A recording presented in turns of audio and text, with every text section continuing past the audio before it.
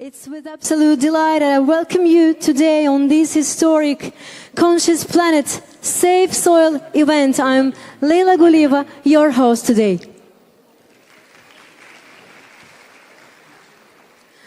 Aziz dostlar, alqışlarınızı daha gür, daha ürəkdən etməyə çəkinməyin. Çünki səhnədə olanlar da, birazdan dəvət edəcəyim insanlar da sizin alqışlarınızdan güc alacaq, enerji alacaq. Ona görə də lütfən çəkinmədən öz hissinizi, emosiyalarınızı alqışlarınıza yansıdın. Sadhguru, the founder of Conscious Planet and Safe Soil, will be joining us later on stage. Sadhguru started his solo motorbike journey from London on the 21st of March, which will take him 30,000 kilometers across 27 countries, from the UK to the Middle East and then to India. Birmingham, London, Amsterdam, Berlin, Prague, Vienna, Ljubljana, Venice, Paris, Brussels, Cologne, Sofia, Bucharest, Istanbul, Tbilisi are the cities that have hosted safe soil events so far. And today we are in Azerbaijan to spread a message of environmental awareness. Safe soil is necessary to maintain life on our planet. And as I have mentioned before, Sadhguru have traveled across several countries, and of course he met several people, different audiences, and today is a different day because we are in the land of fire, because we are in Baku, and he has to feel the energy of Baku. Of course we can feel your energy, we can feel the energy of fire and your love because we are in Azerbaijan. Let's make him feel our love with our applaudience. Applauses, please.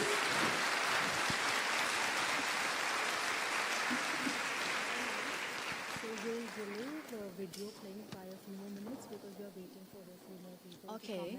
So we'll say that we'll wait for a few more minutes, and the band will, and the band will continue playing. What's the name of the band? Sounds of Disha. Okay.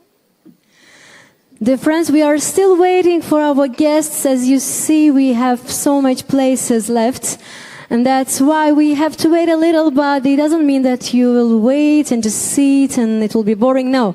You see the amazing band on the stage. Please make a warm noise for them.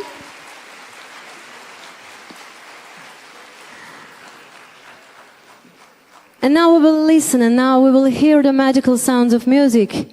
Please welcome once more again, Sounds of Isha.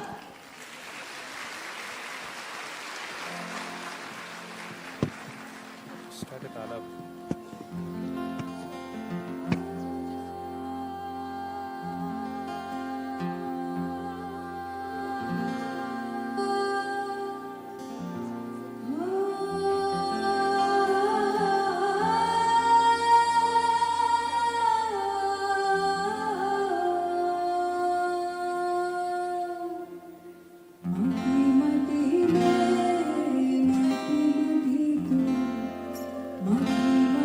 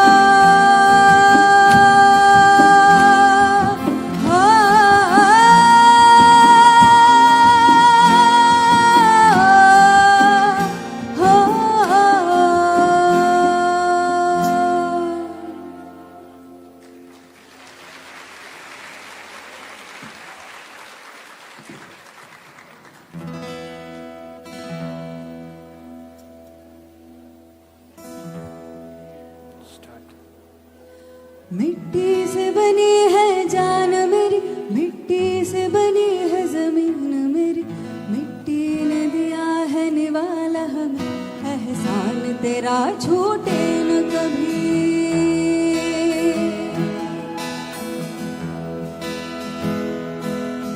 मिट्टी से बनी है जान मेरी, मिट्टी से बनी है जमीन मेरी, मिट्टी ने दिया है निवाला हमें, एहसान तेरा छूटे न कभी।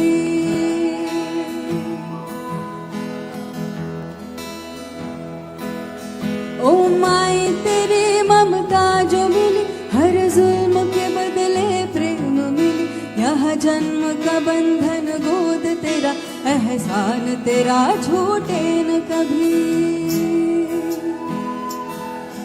ओ माई तेरी ममता जो मिली, हर जुल्म के बदले प्रेम मिली, यह जन्म का बंधन गोद तेरा, एहसान तेरा छूटे न कभी।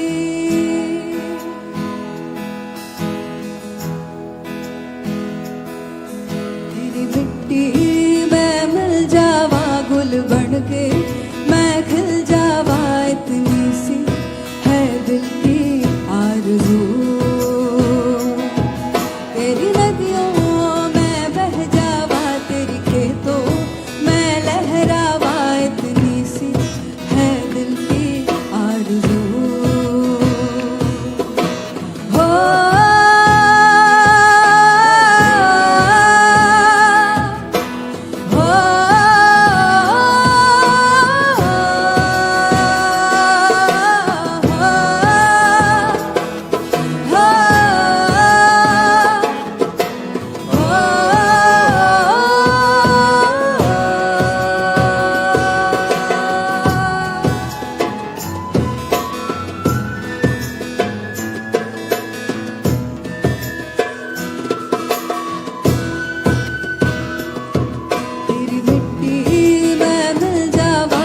बनके मैं खिल जावा, इतनी सी है दिल की आरज़ू।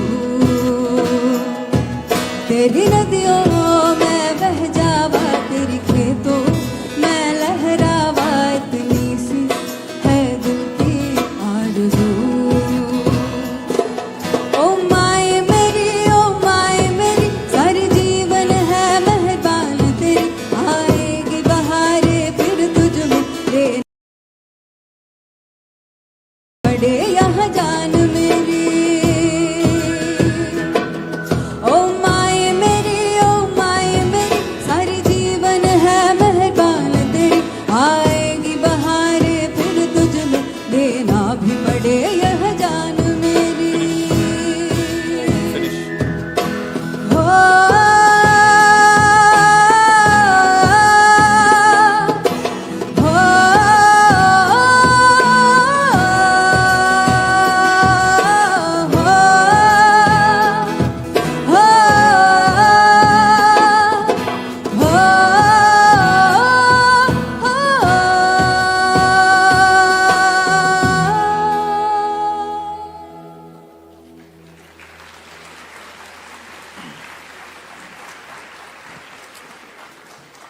Really amazing. Sounds official. Let's make a warm noise for them as well.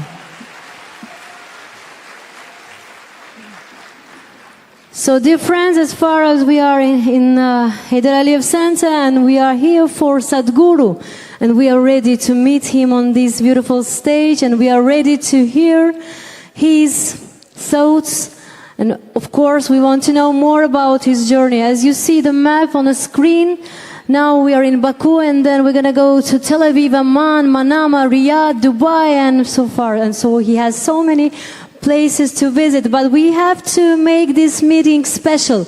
We have to make him feel the real energy of Azerbaijan. Of course, he has visited Azerbaijan several times, but this meeting is very special for us and very special for Sadhguru. Let's make a big, warm applause for Sadhguru and his team.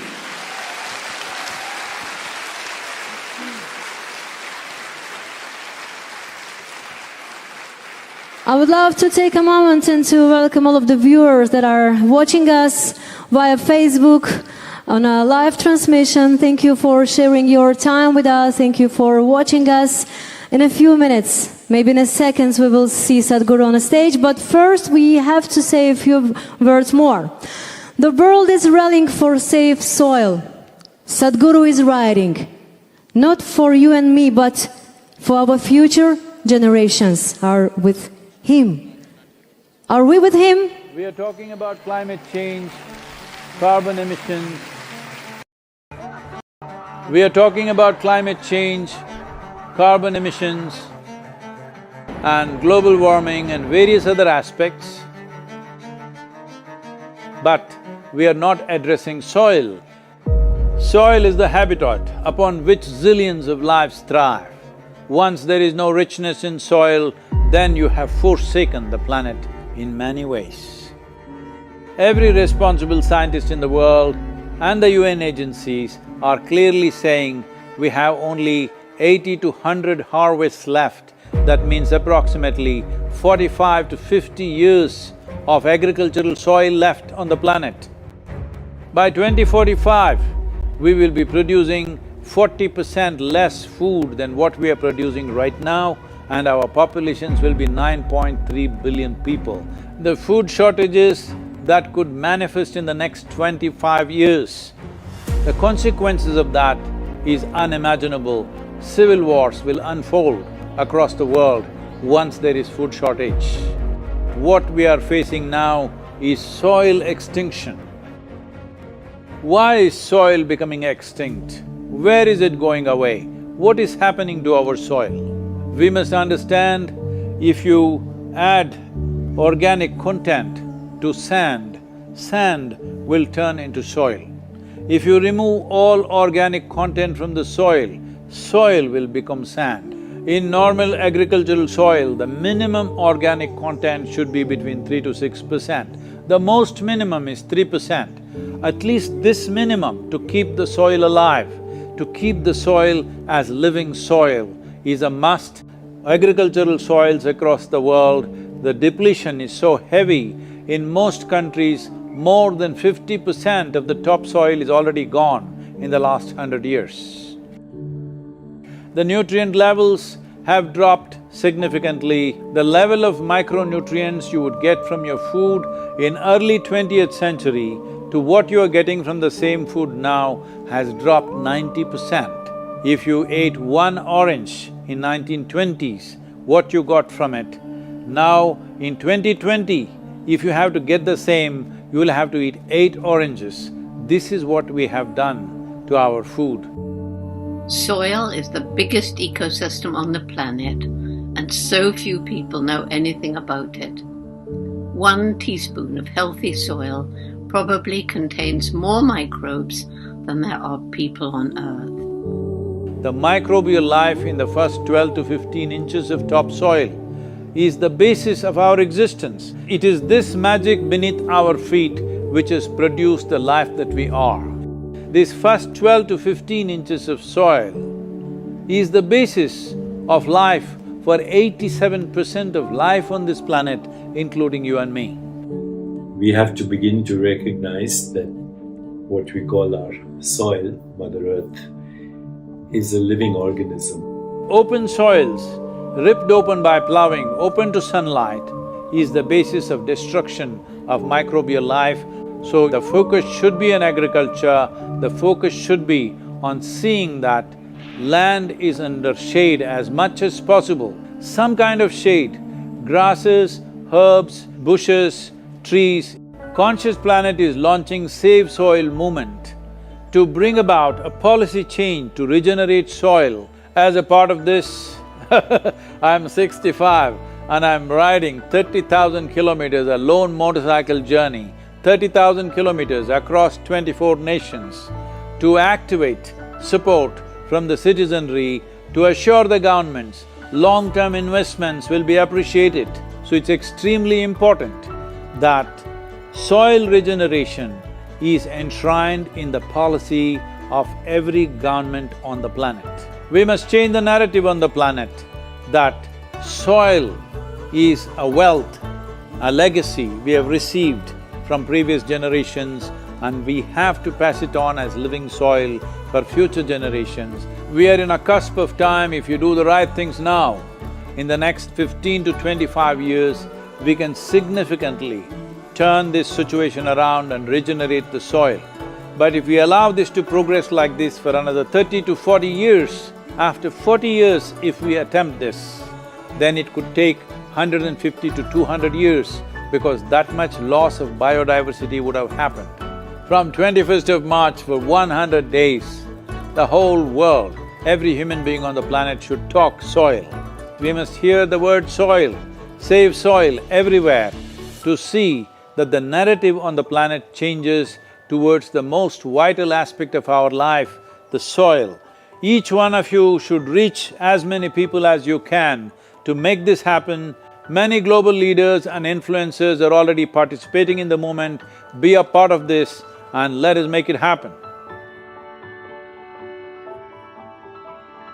From my part, as much as I can contribute. We're going to save the soil. Do your part. And saving the soils. We must make it our life's mission to save our soil. Save the soil. We know what we must do, so let's make it happen. Let's make it happen. Let's make it happen. Let's make it happen. Let's make it happen. Let's make it happen.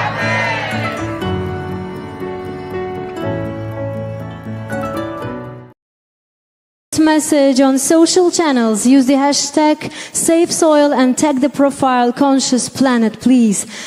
Dear ladies and gentlemen, the Save Soil movement seeks to bring about a conscious response to impending soil extinction. We are at the cusp of time where every action it will perform will either have an affirmative or negative impact in the years to come. As occupants of a shared planet, we have the unique opportunity to be part of solutions to crises like soil extinction and desertification. We just have watched a video about all this campaign, about the main idea, and now I would love to attract your attention to the very interesting performance. Envisioned by Sadhguru, Project Samskriti offers classes and performances of Indian classical arts, including music, dances, and Kalaripayattu, a martial art form. These intricate arts have been employed for 1,000 years as a spiritual processes. The artists today have invested in these arts from the age of 7, not as a hobby, but as a life.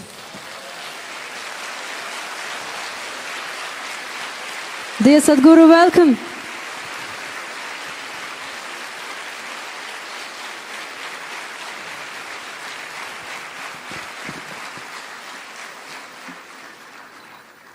It's a big honor and it's a big joy and happiness to see you here. Dear Sadhguru, welcome to Azerbaijan once more again.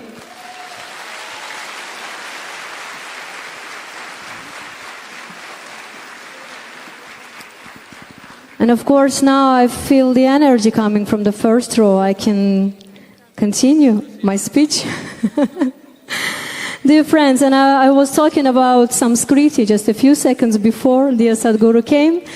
Of course, I would love to say that these intricate arts have been employed for 1,000 years as spiritual processes, and of course we are eager to behold their performance, which will begin now on this stage with an offering by Radhe Jagi, a classical Bharatanatyam dancer.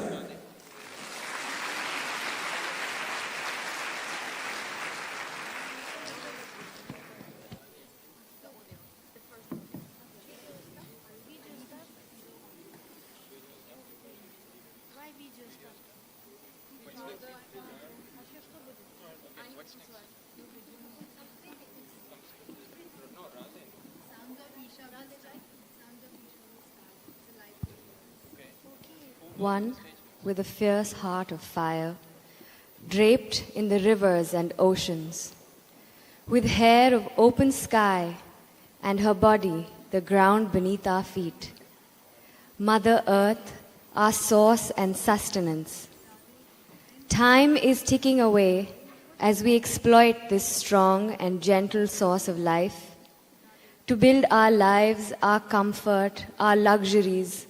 We have ignored her call, her plea. As her children, we suffer the consequences of our actions upon her. Time is ticking away. It's time to reinvigorate and celebrate the mother that has birthed us, fed us, and the one who will embrace us into her bosom in our death. O Mother, in celebration of your grandeur, in concern of your well-being, in love with all that you are to us, we dance in tune with your rhythm as we are only a part of you.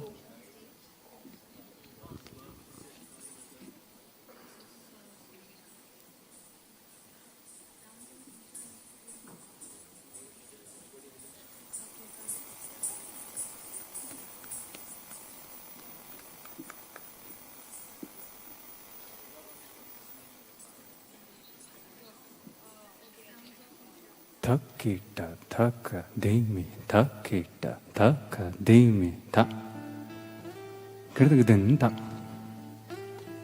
kita din din din din kita ding ta kita ding kirtagata ta kirtagading kirtagadin din ta ta kita tam kirtagadin kirtagata ta kirtagata ta kirtagading ta kita din din na kita din kirtagata ta kirtagading ding ta kita ta din din din kita din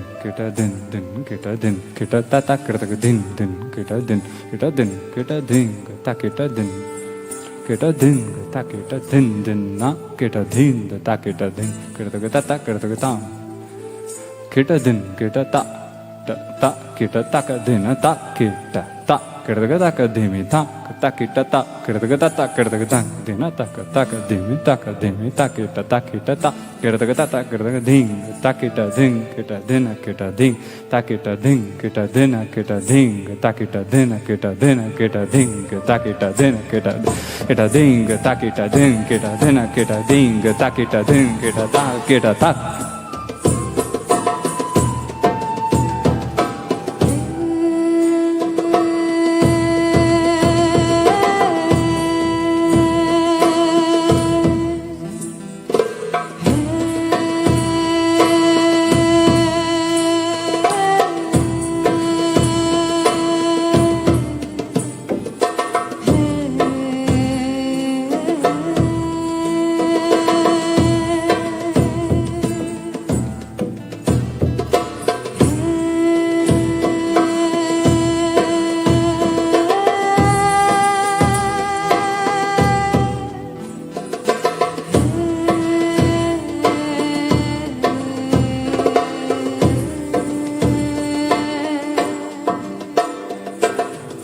ta kita din din din din ding ta kita din kita ta kita ding ta kita din kita din din kita ta din ding ta kita din ta kita ta ka din ta kita ta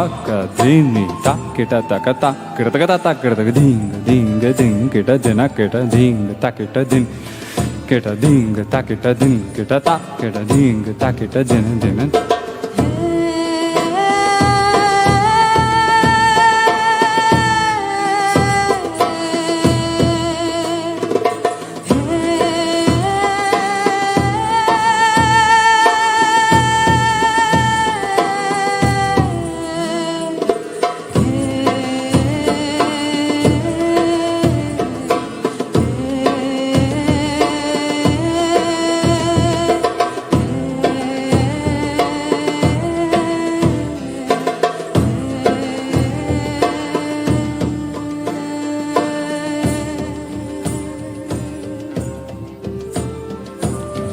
kita dina ta kita dina ta kita ta dina ta kita ta ka dina ta ka dimi ta ka ta kita ding ta kita ding din kita dina ding ta kita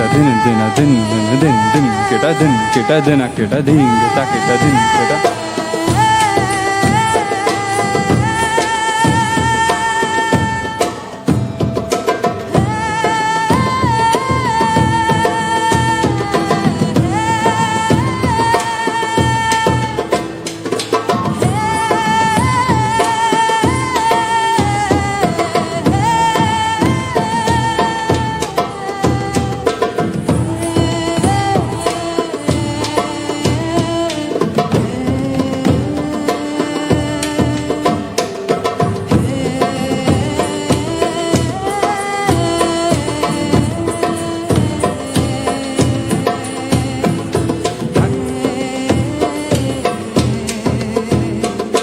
takita takita takita tatakina takita takita takita tam kita takita takita takita takadena takita takita tam tam takita takita tam kita takita takita tam kita takita takita tam kita takita takita tam tam tatadena takita takadimi takita takadimi takita takadimi takita takadimi takita tak kita ding ding tak kita takata kita tata kita ding ding.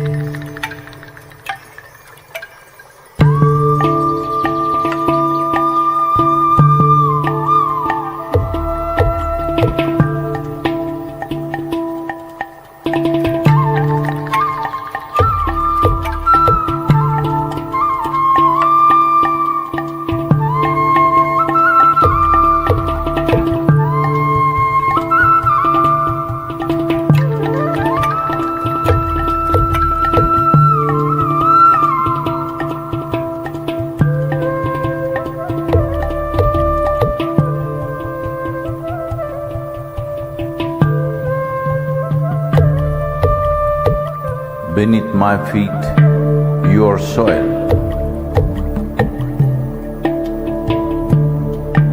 When you rise, you become a tree.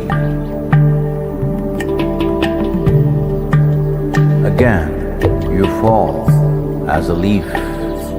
Who are you?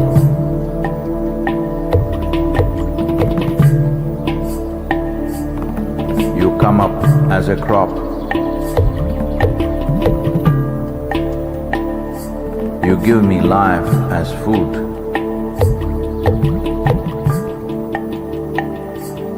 Whether I am alive or dead, you are the only refuge. Who are you? You come as water. You come as milk. You come as honey. Who are you? If I eat, it is soil. If I breathe, it is soil. If I die, it is soil. Oh, my mother, who are you?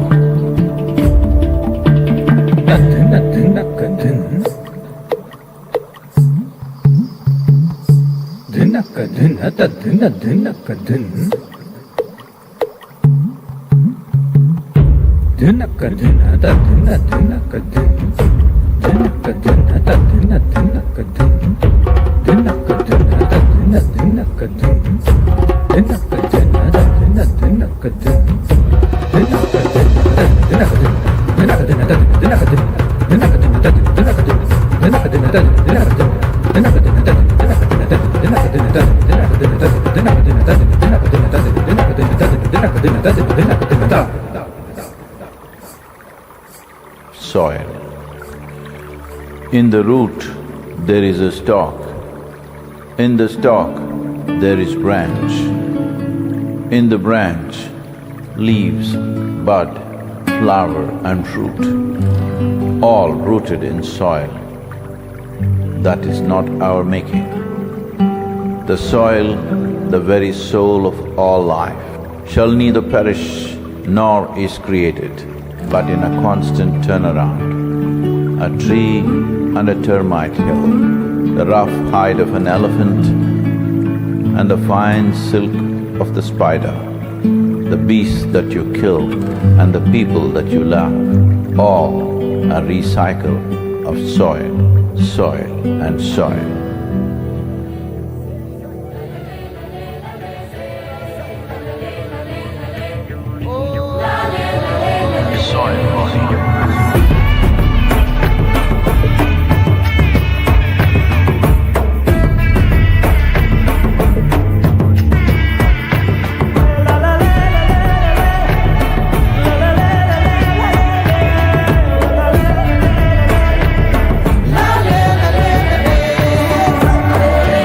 The magic of soil is it turns death into life.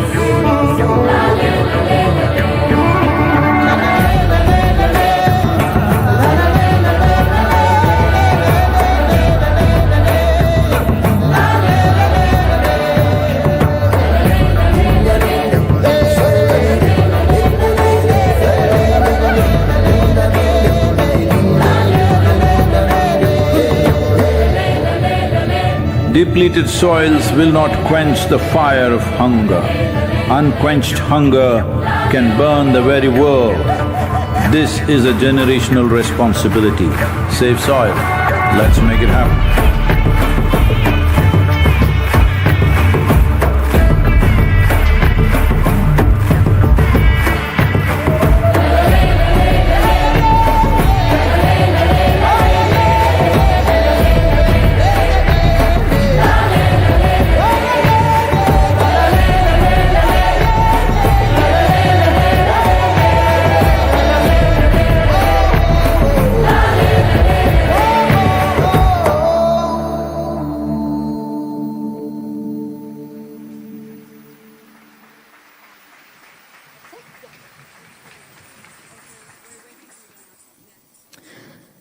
What an enthralling performance.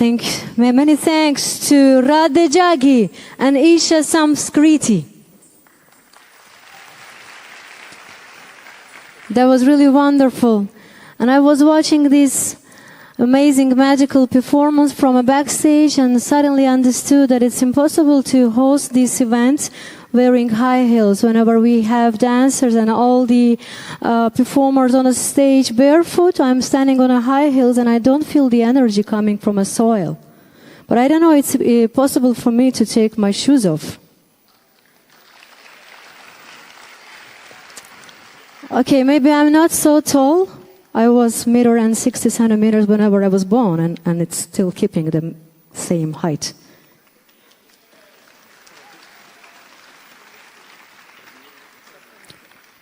I just want to be sure that everybody see me.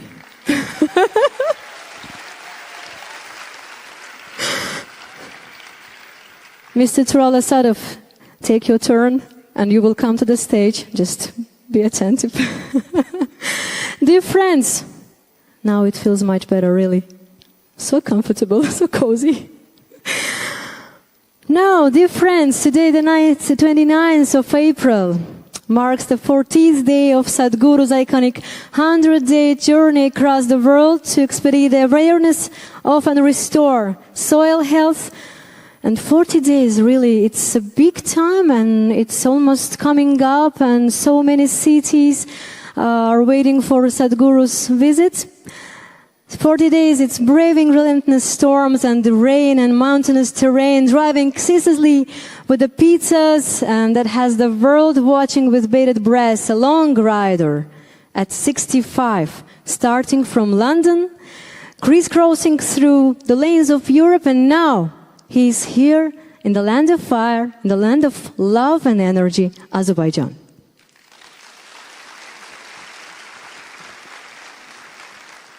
Dear friends, we would love to share some moments that the Save Soil movement with Sadhguru has experienced so far. His tumultuous, happy, funny, so dangerous journey, and how the world is dancing in rhythm, saying, Save Soil. Can we say Save Soil together? 1, 2, 3. Attention to the screen, please.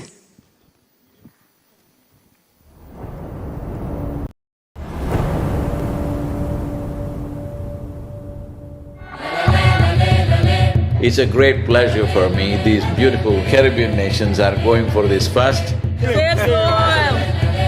This memorandum of understanding that we are signing, it will also bring some technical assistance to the Caribbean region.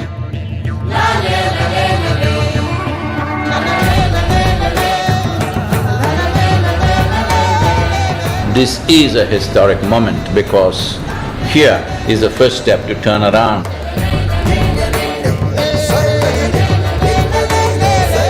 You are probably one of the most famous Indians, and what you're doing today is really important because people like you who have a wonderful following of millions and millions of people, and what you're doing with that is so important with saving the soil. If you want to say, I love you to your child, you must just say save soil, because it is a more committed way of saying I love you. It's an extraordinary campaign. It echoes what we in the Commonwealth have been aspiring to do for a number of years. Next 100 days from 21st of March, we want the whole world to talk about soil. It is not about the motorcycle, it's not about the journey, it's not about the song, it is about moving people on the planet. Make it happen, huh?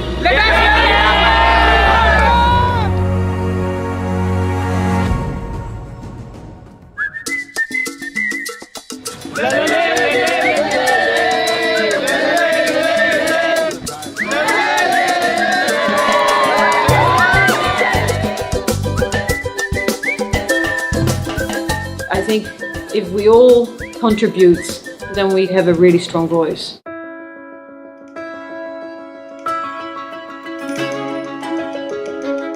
There has been so much excitement and everybody is so excited to hear Sadhguru.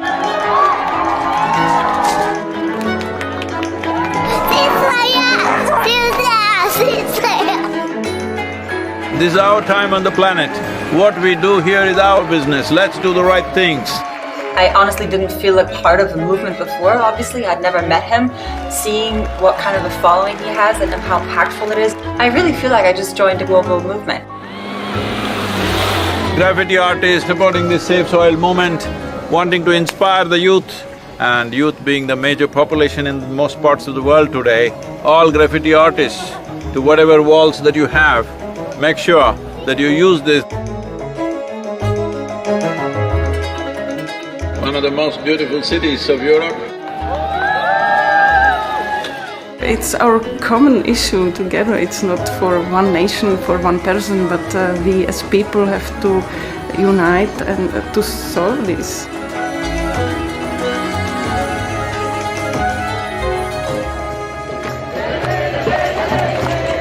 This is a celebration of human beings coming together to do what they need to do.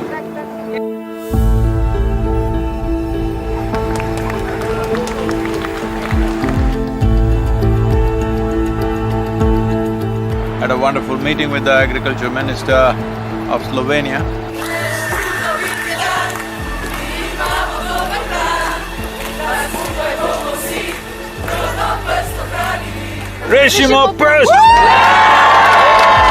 All of us have been part of this destruction. The only way is all of us become part of the solution also. Riding on to Italy. Italy is raining heavily tonight. Here in Venice,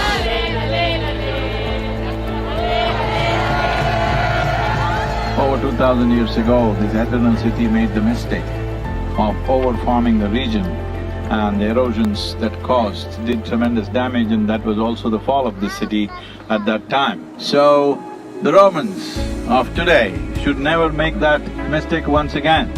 And we are very happy that we are aligned in our message. Young people getting into farming is very good. That's the future of the world. Thank you.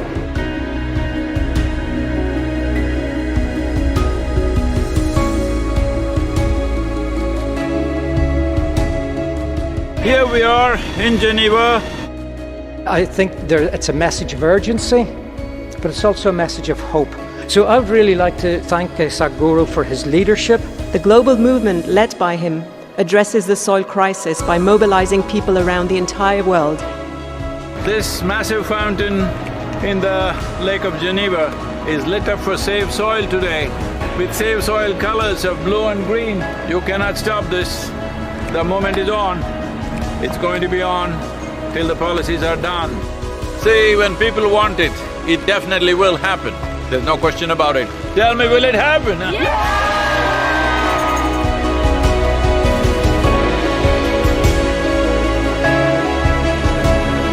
In this cold, slippery road and winds are picking up speed, no matter what the hell, I have to keep going. You think this is a problem?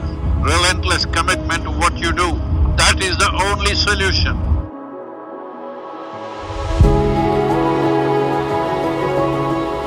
We already have one action, which is…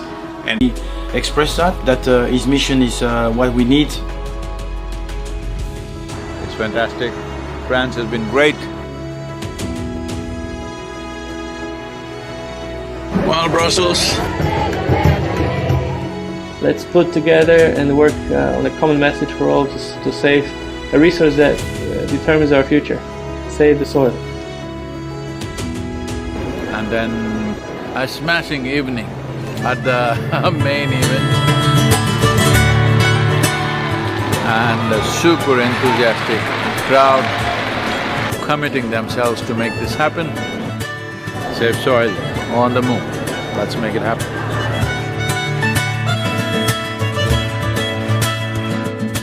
Just look up the news and see in the last 4 months, how many governments have started talking about soil because they see it's picking up momentum. But if you create 3 to 4 billion people talking about soil, that's it. That will be the main conversation in the government. I need someone to show me the way. I need someone to show me.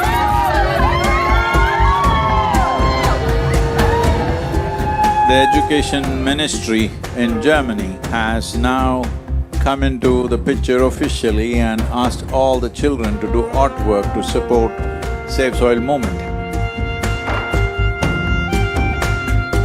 Good, Arjun, wonderful. Congratulations that you wrote to the Prime Minister. Let's make it happen!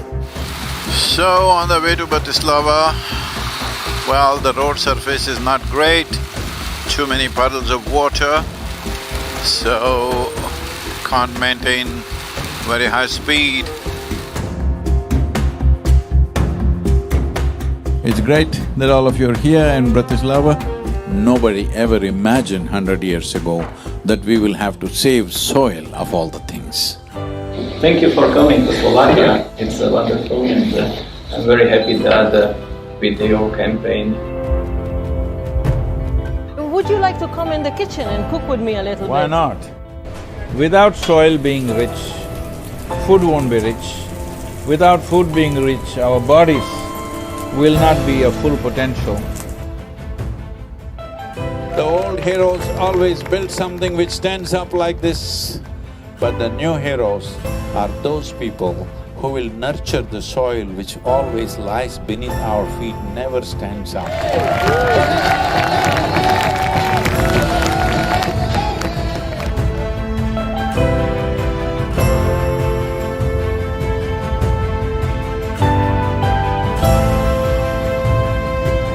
Oh, this wonderful city of Belgrade. The UNFAO said something which really deeply hurt me, is the soil that we are consuming right now belongs not even to these little children, belongs to the unborn child. This is an expression of our love and responsibility for our own lives and the future lives.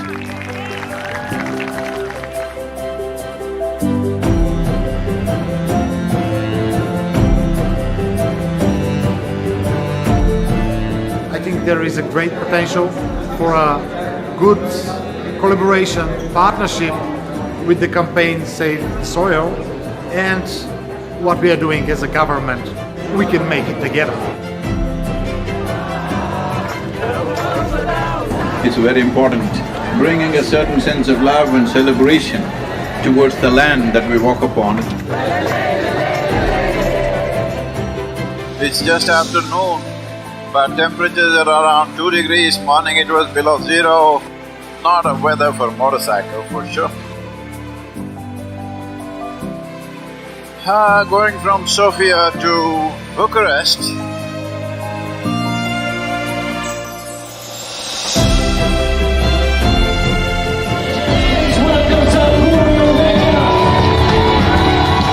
Organize yourselves whichever way you want. Form groups, come together somehow and see this happens.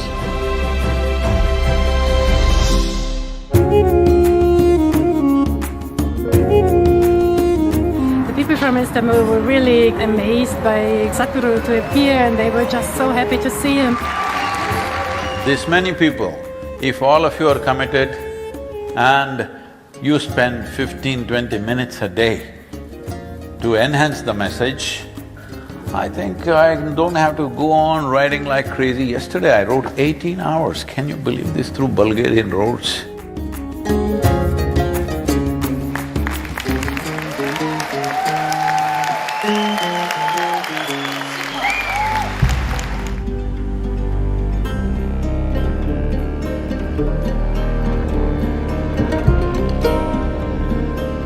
He'd been riding through very, rough terrain, rough roads, dusty construction sites. It was a long drive, and we were getting a little late for the live event at Tbilisi. He, right at the end, maybe 5 minutes before the event, decided that he couldn't stop for a break. In the traffic, he was just removing his jacket and gloves and throwing in the car just to make it on time.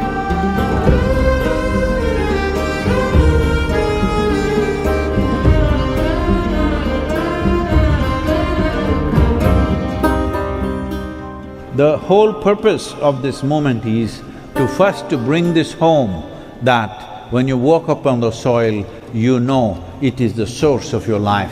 Keeping it alive is the most important thing. Will you make it happen?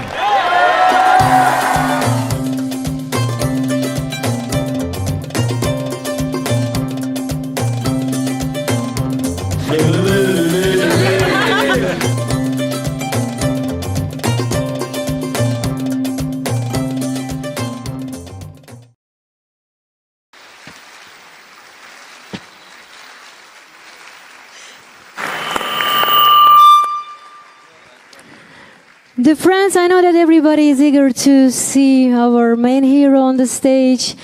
Mr. Sadhguru. But first, of course, I would love to give the floor to our very close friend of Azerbaijan, and he lives in Azerbaijan. He dedicated his whole life for almost several years to Azerbaijan because he represents great country India in Azerbaijan. Please welcome the Ambassador of India in Azerbaijan, Mr. Vanlal Bhavna. His Excellency, Mr. Vanlal Bhavna is with us today in this beautiful center. Thank you for being with us tonight. Thank you very much. Respected Sadhguruji, Excellencies, distinguished friends, ladies and gentlemen, Harmadlar, Janablar, Khanumlar, Dostlar, Salam, Namaskaram.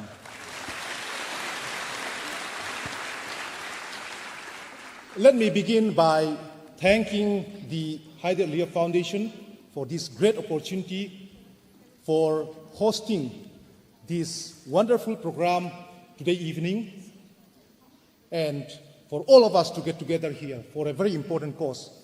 I would also like to extend a warm welcome to Sadhguruji and his team to Baku. I know this is not your first time, but I hope it will not be your last either. It is indeed a great honor for me to be standing here in front of you today. Sadhguruji is with us tonight, as we all know, on a very important mission, a mission to save soil, a movement to bring humanity together, calling for action to revitalize the soil and to make this planet, this earth, a better place for all of us who are here and for future generations. To achieve this, as we have seen, Sadhguruji has traveled through various cities across Europe, and of course he's going to cross continent to Asia in a few days from now, and that shows that he's a man of great conviction, and therefore he's somebody who we should all emulate. Friends, in other places also they have said that Sadhguruji does not need any introduction, and I'll also say the same thing tonight. He is somebody who cannot be described in a few lines. Sadhguruji, as we all know, he's a man of multifaceted personality. He's a yogi, he's a mystic, he's an author. But for me, I think he's a great visionary and a man of very, very strong conviction. His numerous works on environmental issues, including Project Greenlands, Rally for Rivers, or Kaveri Calling, have touched millions of lives. Friends, I will end here because I know you have not come here to listen to me, but to listen to the great Sadhguruji.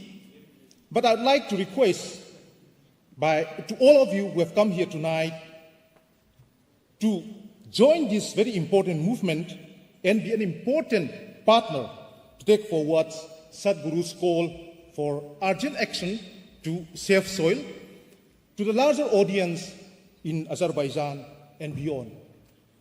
Let's make it happen. Thank you so much. Choksa.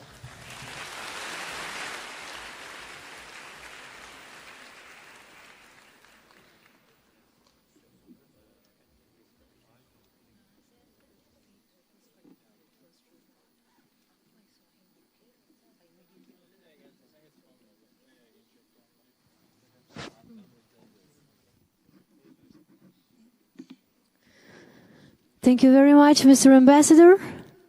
Dear ladies and gentlemen, time has come and I would love to give the floor to my colleague first of all. We have with us today Mr. Tural Asadov, Azerbaijani actor, television presenter, voiceover artist and film producer. Apart from his vivacious roles in films, Tural Asadov has hosted the opening and closing ceremonies of the Islamic Solidarity Games in 2017 and the Baku 2015 European Games. In 2019, he hosted the 15th anniversary concert of the Heydar Aliyev Foundation. He commented on Europe League final on May 29th. Is it all about me, or you're talking about someone else? Not all, but a few parts, a little part of your life. Please don't stand next to me because you're very tall. Thank you very much. I can sit here. No, this is Sadhguru's place. I can sit here just to... First of all, thank you very much for inviting me on the stage. I want to welcome all of you here, our dignitaries, our dear Sadhguru, welcome. And I want to remind you my name. It's Tural. It's written like natural, but without an A. Just to remember that. So we can invite our dear Sadhguru here on stage. Of course, I would love to do that. Please make a big round of applause for Hanımlar ve canablar, Sadhguru'nu alkışlayırıq. Sadhguru, welcome on stage.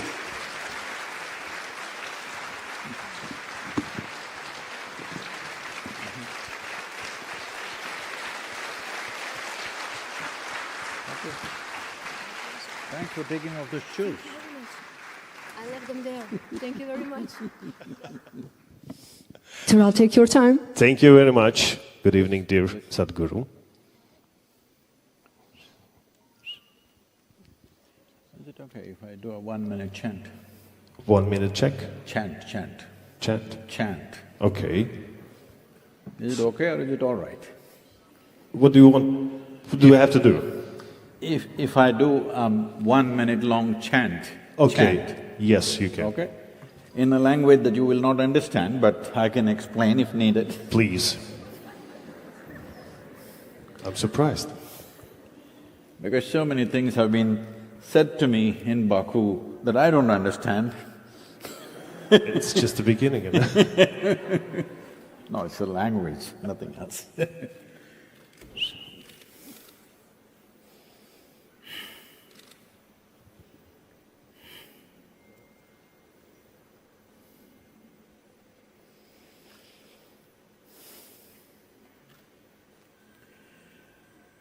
Jananam sukadham maranam karunam milanam maduram smaranam karunam kalavashadiha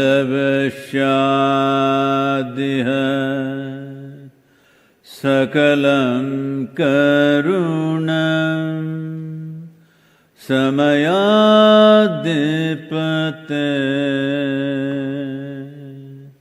akilam karunam. Namaskaram and good evening to everyone.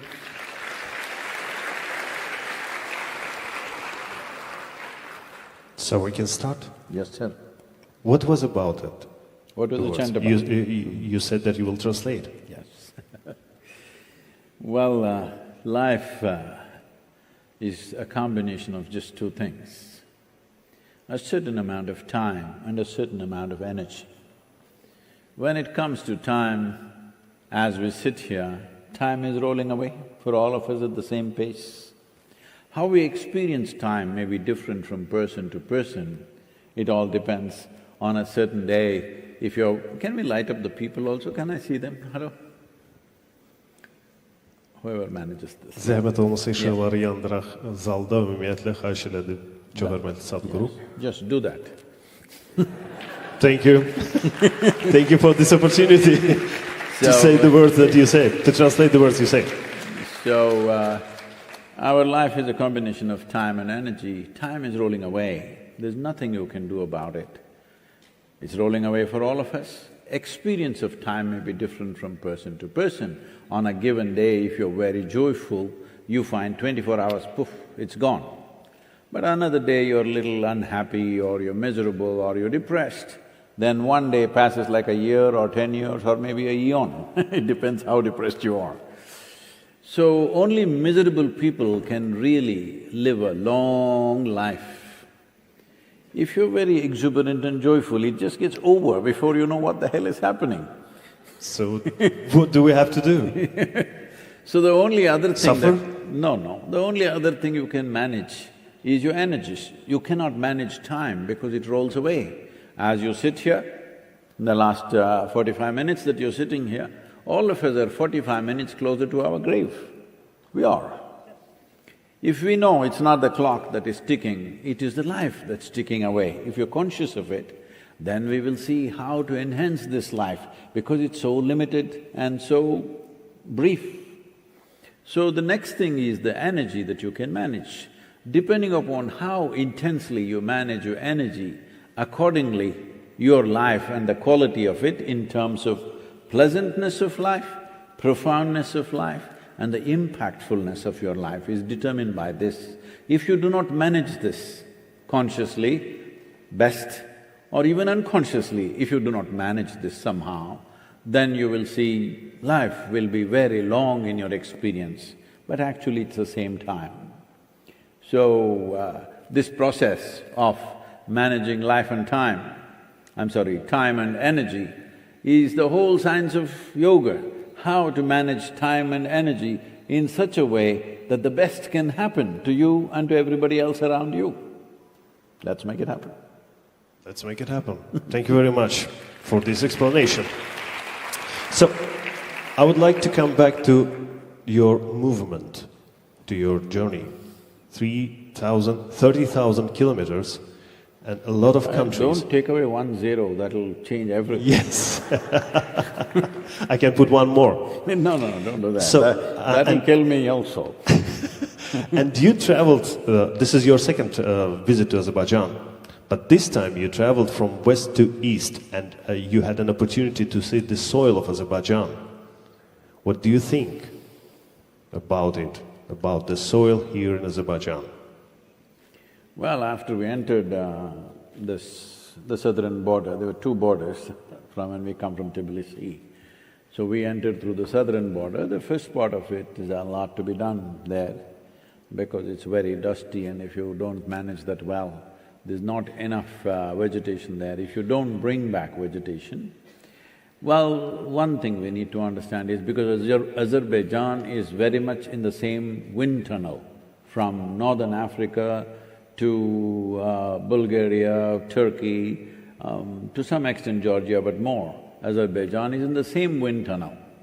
I'm just saying one aspect of it because I think the people of Baku will be interested in this because I'm sure at certain times of the year you face winds which don't let you breathe, almost snatching away your breath, like that it blows, because this is coming from northern plains of Africa. You're a little far away for this, but still it could happen, is, see if the temperatures on the planet go up by, let's say, 2 degrees. Everybody's talking about 1.5 degrees, nobody has a control, it's not a switch that you can control. If it goes up by 2 degrees, approximately the wind speeds around the world will go up by somewhere between 25 to 30 kilometers per hour.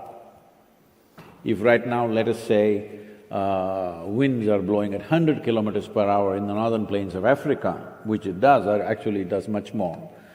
For example, if it's going at 100 kilometers per hour, if the temperatures rise, the same wind will be moving at 130 kilometers per hour. So it will be 30 kilometers extra. 30 kilometers extra after 100 kilometers is capable of lifting up millions of tons of sand and particles. And it has to land somewhere. You will hope that it lands in Bulgaria, but but if the wind speeds increase further, it could come right up till here. That means, this happened in America. There was something called as a dust bowl in 1930s where the President of the United States couldn't believe this, he traveled all the way to see what's happening. Millions of tons of dust gathered in New York City to a point buildings were all covered, millions of tons. But they were only measuring millions of tons because it stopped in New York City. Nobody measured how much went into the Atlantic Ocean, all right?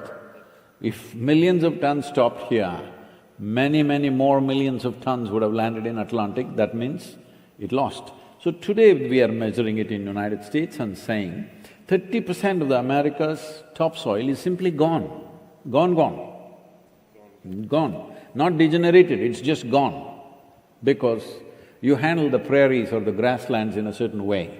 So in a way, that part, I do not know what is the extent of that land. First 60 to 100 kilometers of the land that we travel from the border is that kind of potential, it's dusty land. If you don't root it with lots of vegetation, one thing is you lose that soil in the winds, that's one thing. Another thing is, we don't know, sand could come and land. What is a fertile field today could become a desert tomorrow morning simply because 10 million tons of sand came and landed there. I'm not saying it's just going to happen like that. It's a possibility. Because we need to understand, today if I say Saudi Arabia, you will think, oh, harsh desert. I'm riding there in summer month now. In another 10 days, I'm riding through Saudi desert. But over 8 to 10,000 years ago, it was a rich rainforest. Can you believe that? And it was. So all of us must be alert to this. And you decided to save soil. First of all, you woke up in the morning and you thought that I have to save the soil? No, or no. what happened? How you came to this movement? No, I didn't wake up. When I was born, I came from the soil, you know.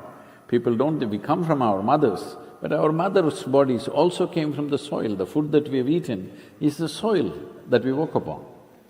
Last 30 years I've been talking about soil, but people say… people always have fancy words, Sadhguru, what you're doing is fantastic, it's really great work, Sadhguru, fantastic, fantastic, and go to sleep. Okay? I've spoken to ministers, I've spoken to scientists, I've spoken to ordinary people, we've started various movements. And we started various movements, Project Green Hands, which she was talking about, and I'm sorry, you spoke about, and also Rally for Rivers, all these things. So, a journalist was asking me the other day, Sadhguru, some time ago you were talking about trees, then you were talking about rivers, now you're talking about soil. You're always changing the subject. I said, oh, this is like, it once happened. Shankaran Pillai was in the Baku, Azerbaijan University, an Indian boy. There are some Indian boys here, so I'm telling. And he one day cornered the college beauty and told her, see, I love you and I love you and I love you. The girl stopped and said, will you marry me? He said, come on, don't change the subject. This is just like this. When I was talking about trees, was I talking about planting trees upon your head or my head? I was talking about the soil.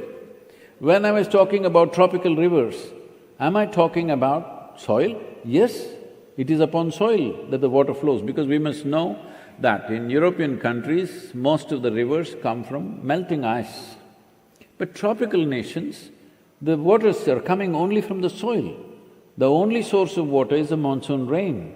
It rains for 70 to 90 days, but rivers flow for 365 days because it is in the strength of the soil, how much water it can hold will determine whether the river flows for 365 days or not.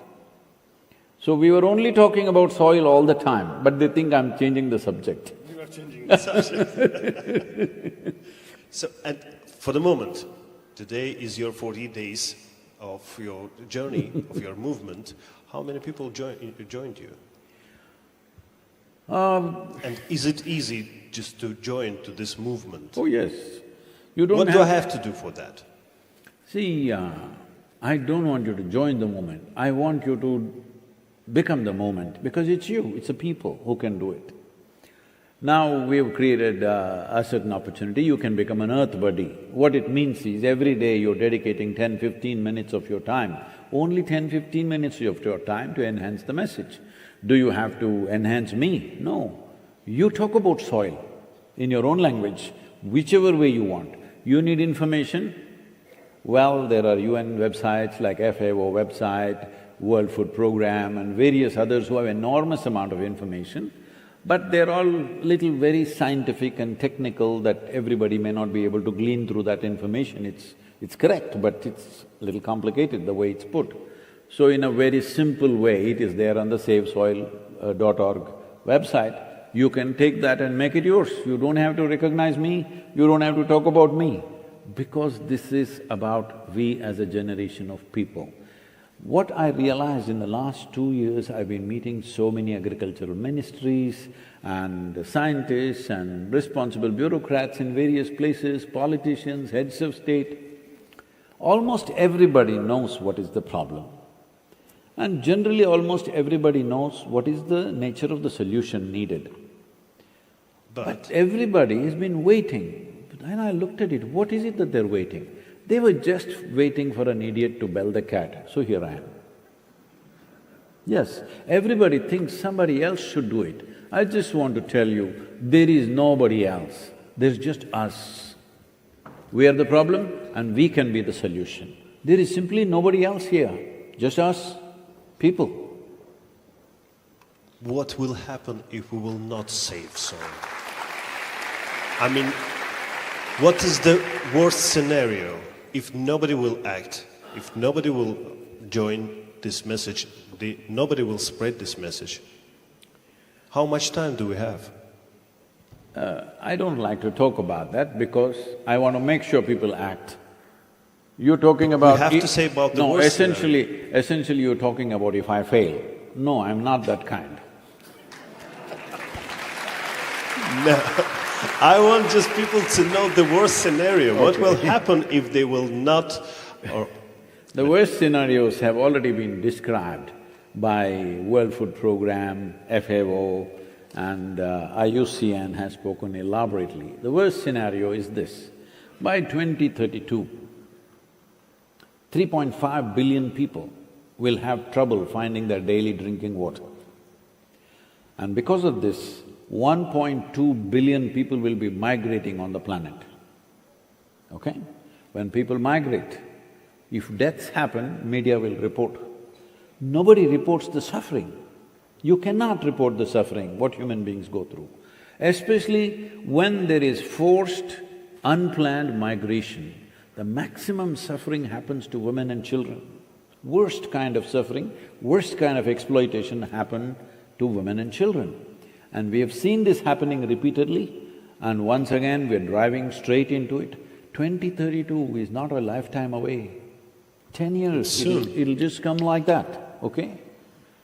Before you do the next third football match, it'll be there. So, 1.2 billion people could be moving because of food and water stress. By 2035, your World Food Programme is saying there could be dozens of civil wars. Of the 50 wars, of the 30 wars fought in the last 50 years in Africa, 27 of them were fought for the sake of fertile soil already. And of the 260,000 people who died in Sudan of famine and stuff, not war, the famine, 50% were children below 6 years of age. What are we doing to this world? Children, see, you must understand, if a bomb falls here, all of us will die, boop, it's over. But if there is a famine, it is a 3 to 4 month fade, slowly. It is the most painful way to die. And children, 50% of the people who died were below 6 years of age. Why do we bring people into this world and make them suffer like this? What is the point? What is our sense? Yesterday, day before when I was in Tbilisi, one journalist is asking me, Sadhguru, here nobody is worried about the future. We are only concerned about our jobs, about the gas price, about the bread price. I said, that's wonderful. If you're not worried about the future, do one damn thing, don't produce any more children, enough. If you want to produce children, if you want to have children, it's your business to be concerned about the future, otherwise don't bloody do it. In the video, I saw the message you said that instead of saying your children, I love you, just save the soil. This is the same meaning, right? So, what the next step that we have? You want more horrendous facts? By 2045, there'll be 40% less food on the planet and our populations will be over 9.2 billion people. Is it a world you want to live in? Is it a world where we want to leave our children and go? Because I want you to just imagine, let's say in Baku city, 40% of the people have no food for next 3 days. You think they will just sit there and die? They'll pull down the whole nation. Your civilization, which might have taken 1,000 years to build, will be gone in 3 days' time. Your very humanity will evaporate in 3 days' time, believe me. Let us not drive ourselves one way once again, because in the past we have seen famines. In India in 1942, the famine, which was caused for various reasons, it took 3.2 billion people, million people, I'm so sorry, 3.2 million people, in 4 months' time they slowly died. When famines have happened, people have done terrible things to themselves and to others because not able to bear the hunger. There have been many instances around the world where people have chopped the limbs of their own children and eaten it. Do we want to drive the humanity there once again? With so much technology, with so much infrastructure, with so much capability that we have today, do we want to go back to that place once again? Should any human being at all should go there? It's not about my country versus your country business. When it comes to soil, when it comes to ecology, when it comes to life, there is no such thing as nationality, race, religion, gender. None of these things matter, because this is fundamental to all of us.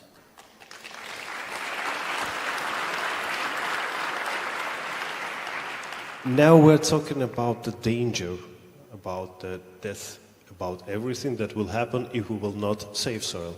What exact steps should we take?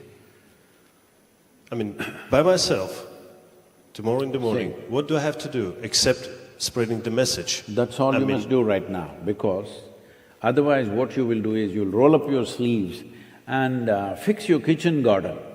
Very cute of you, but it's not a solution. Because most people's garden is just one flower pot. They're going to put their vegetable compost there and say, I did it. That's not the way, because that time is gone. I'll fix my kitchen garden, that time is past. We've come to a place, if we don't seriously act, and when I say seriously act, serious action cannot happen without enshrining it in the policy. When I say enshrining it in the policy, see, if you go to the old part of Baku, I've been there, this is true with every city in the world. If you go to the old part, there are homes there where there is no concept of a window, because wall to wall people have built houses. Why did this happen? Because there were no urban laws. People built whichever way. Whichever way, like this, like that, they built. Go to the new part of the city, here there are laws. If you have 10,000 square feet of land, you cannot build 10,000 square feet building. There is some law, 6,000, 7,000, whatever, some space for yourself, your neighbor, all this is a must. If you build more than what you should build, I'm sure the authorities will come and demolish it. But if you have 100 acres of land, you can plow every inch of it, turn it into a desert in the next 10 years' time. Nobody will ask you, why have you done this, anywhere in the world. Because there are no laws for rural lands. So I'm saying for agricultural land, as there is law for urban lands, there needs to be a law, because soil is not our property. It is a legacy that's come to us from previous generations. We must pass it on as living soil for future generations. Most important thing is, first of all, to understand soil is a living entity. I've been talking to various agriculture ministries around the world. What I see is in most countries, when I say most, I'm talking about 85 to 90% of the nations in the world are still addressing the soil as an inert substance. It's an inert substance which is a resource, which we can fix by adding a chemical or removing a chemical. Soil is the greatest, the largest and the most fantastic living system, not just on this planet, in the known universe. Nowhere else there is such a thing. This is a place where if you sow death, life will happen out of it. Tell me, where is there a place where zillions of lives are living and they manufacture all this life? I want everybody to understand, whether it is a worm or an insect or a butterfly or a tree or a bird or a man or a woman or any other animal that you see, everything has come from soil. When I say soil, it's just first 15 to 18 inches of soil. This magic is doing everything on the land. It's about 1 meter, right? Not even a meter. 1 meter is 3.2, 3 feet or something like that. This is much less than that, 18 inches, just this much. 18, okay. Yes, a foot and a half. So, but half a meter. Yes, half a meter. But to save the soil, What do we have to do? All right? Please, complete the question, I'm so sorry. No. Can we equal this mission, save soil, with the salvation of our spirit? I mean, spiritually, how it feeds us? Except, I mean, future. Shall I come to the spiritual thing a little later? I'm not dodging it, I'm coming to that. But the physical aspect of it. Okay. See, we're in a cusp of time. This is the significance of the being in this generation. Right now, on an average, the loss of biodiversity or the loss of species of organisms on the planet per year is 27,000. Yes, you heard it right. 27,000 species are being lost per year. At this rate, in 25 to 30 years, we will reach a point where even if we want to revive the soil, it's going to be extremely difficult. In 40 to 45 years, it'll become impossible. This is where we are. This is why the need to act right now is so important. About, I fix my land, you fix your land, you keep your land really wonderful, I kept it wonderful. Where is the guarantee next generation will keep it the same way? That's what has happened right now, isn't it? So if it has to be maintained that way, it must be in the policy that if you hold agricultural land, minimum of 3 to 6% organic content has to be there. For this, incentive-based policies are needed. If you're interested, we can go into that later. But right now about the spiritual aspect of it, see, for most human beings, spirituality means hot air in their head. All kinds of weird things. They will see in the dark corners, they will see spirits floating around, this happening. If they watch a horror movie, they will see all over the place. If they read one book, they will imagine all kinds of things. Leave this. Let me put this into proper technical definition of what is spiritual. See, you have a body, this is physical of you, right? You have thoughts and emotions, this is mental and psychological aspect. These are two aspects. Both these things you gathered over a period of time. When you were born, you were only this much. Slowly, what is the favorite food? Sturgeon, is it? Favorite food? No. In Azerbaijan, tell me, everybody's favorite. Is it a lot of baklava? What is it? Dolma, baklava, whatever. All those things. All those things. As you eat, the body grew. The food that you eat has come from the land that you walk upon. So what you call as my body is actually soil that you carry, and it's not yours. You have borrowed it from the planet. When time comes, you have to put it back whether you like it or not. Yes, everybody, I'm just saying. So the question is only this, will we get this point now or will we get it when we're buried? This is the only question. So if you understand, the body that I carry, which I think is me right now, is actually not me, it is just soil that I've gathered. It's mine. For now it is mine. Till I'm buried, this is mine. Just like for the rent? Yes, no rent, that's the whole thing, it's free. Don't gather too much because it's free. So, for now this is me. But what I call as my mind is layers and layers of impressions that I've gathered from what I see, what I hear, what I smell, what I taste, what I touch. Information I gathered through 5 senses has become so many complex things in my mind. I can mix it in permutations and combinations and make myself look like a unique human being. But most human beings have similar kind of information, but they are mixing it in their own way and becoming something else, all right? But fundamentally, all information that you got into your brain and into your mind has come through the five senses of seeing, hearing, smelling, tasting and touching. This is how information has come. So these are two things you gathered. What you call as my mind, you gathered. What you call as my body, you gathered. Right now, as I'm speaking, I will pick up this vessel and say, this is my vessel. Now they'll all think, oh, Sadhguru seems to have some problem. But let's listen some more. Some people decided to leave, but others think, let us listen some more. But after some time I'll say, this is me. Then they'll all say, let's go. Hello? Hey, what's happening? You're so serious, huh? Now, if I say I'm this vessel, you know I'm a case. You're doing this every day.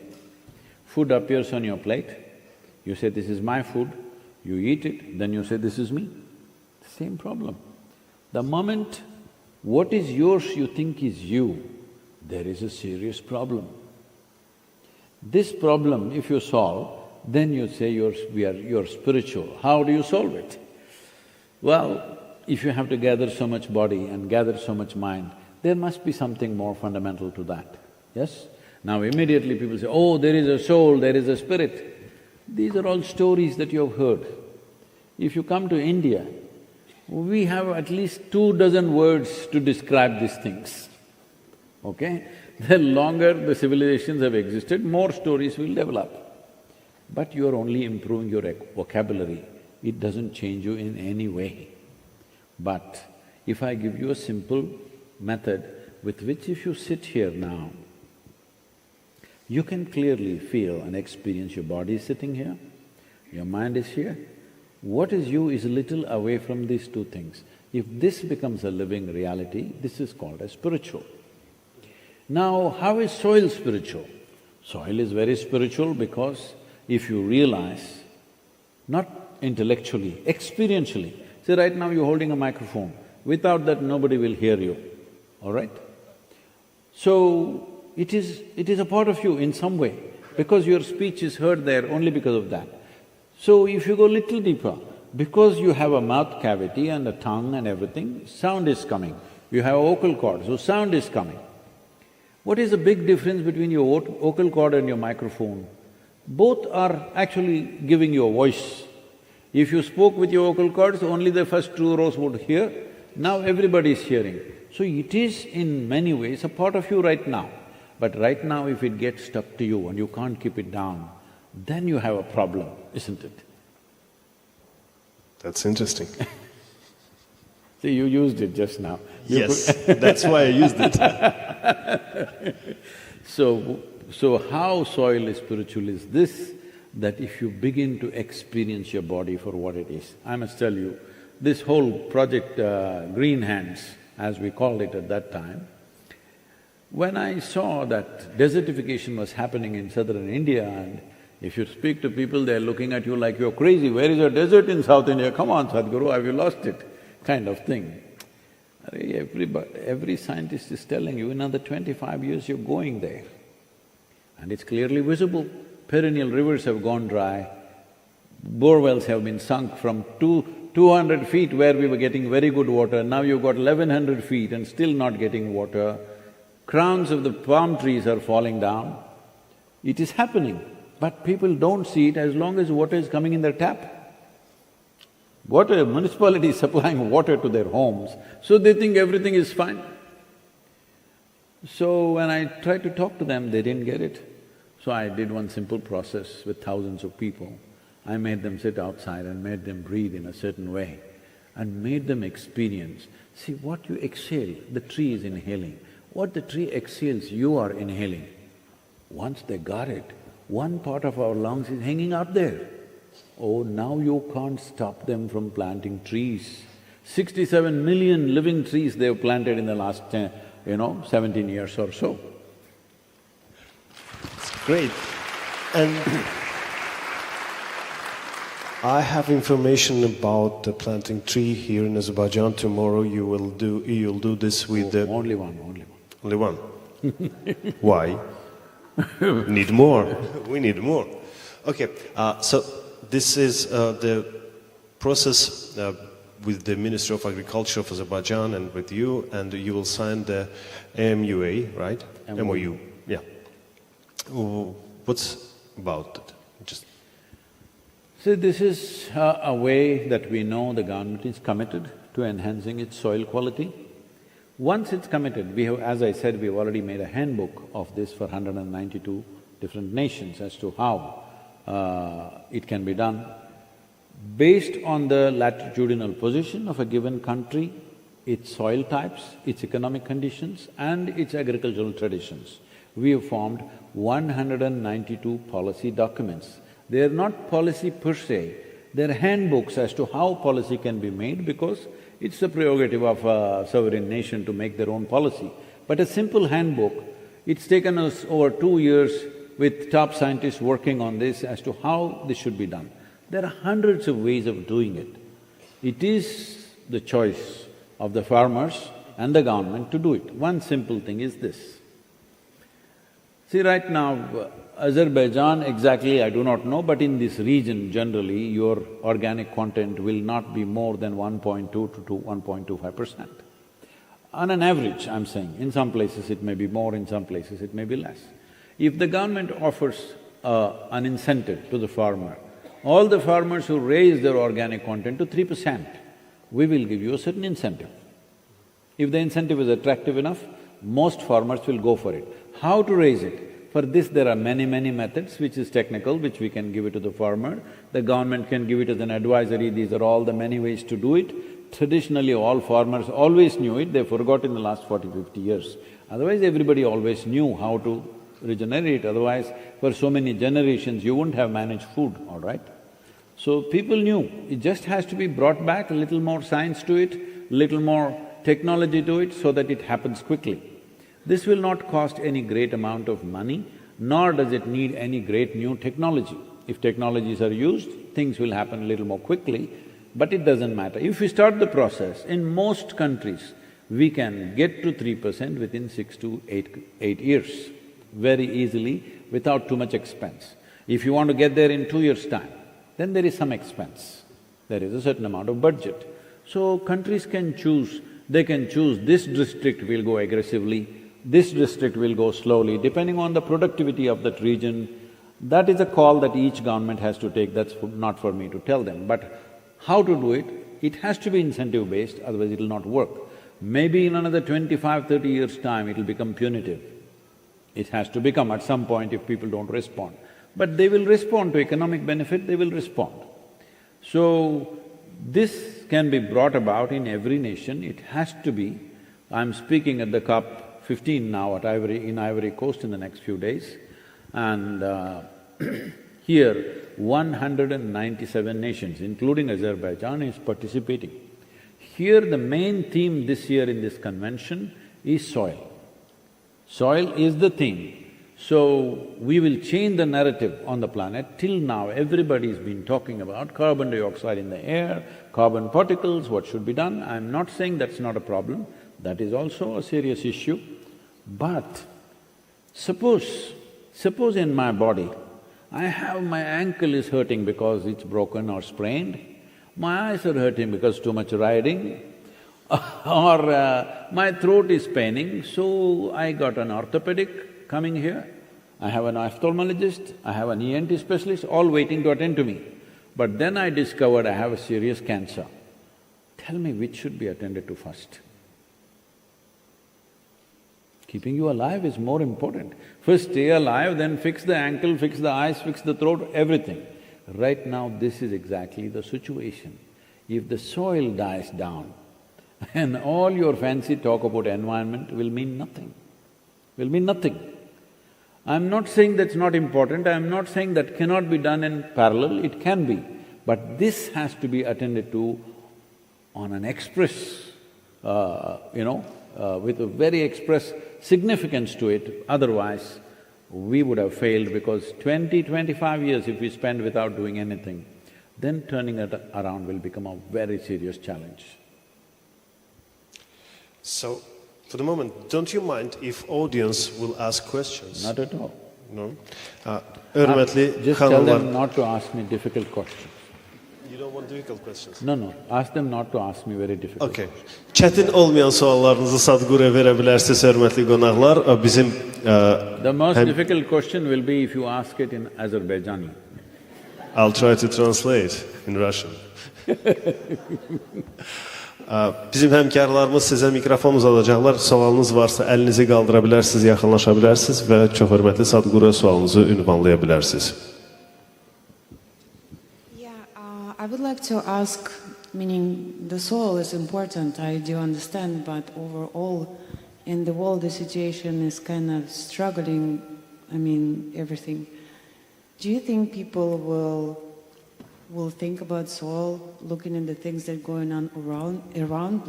Like for me personally, it was a wake up, I do understand, it has like so much meaning, is important. But from all the things that happened till now, this like, oh my God. Happened where? I'm sorry, I didn't get that question. Like coronavirus, the world wars that happens, the economical issues. I mean… See, I got it. See, coronavirus unfortunately took over 6 million lives in the world. But I want you to understand, every year the number of lives that die, number of human beings that die because of hunger situation is many, many more than that. Number of children who die of malnourishment is many, many fold more than that.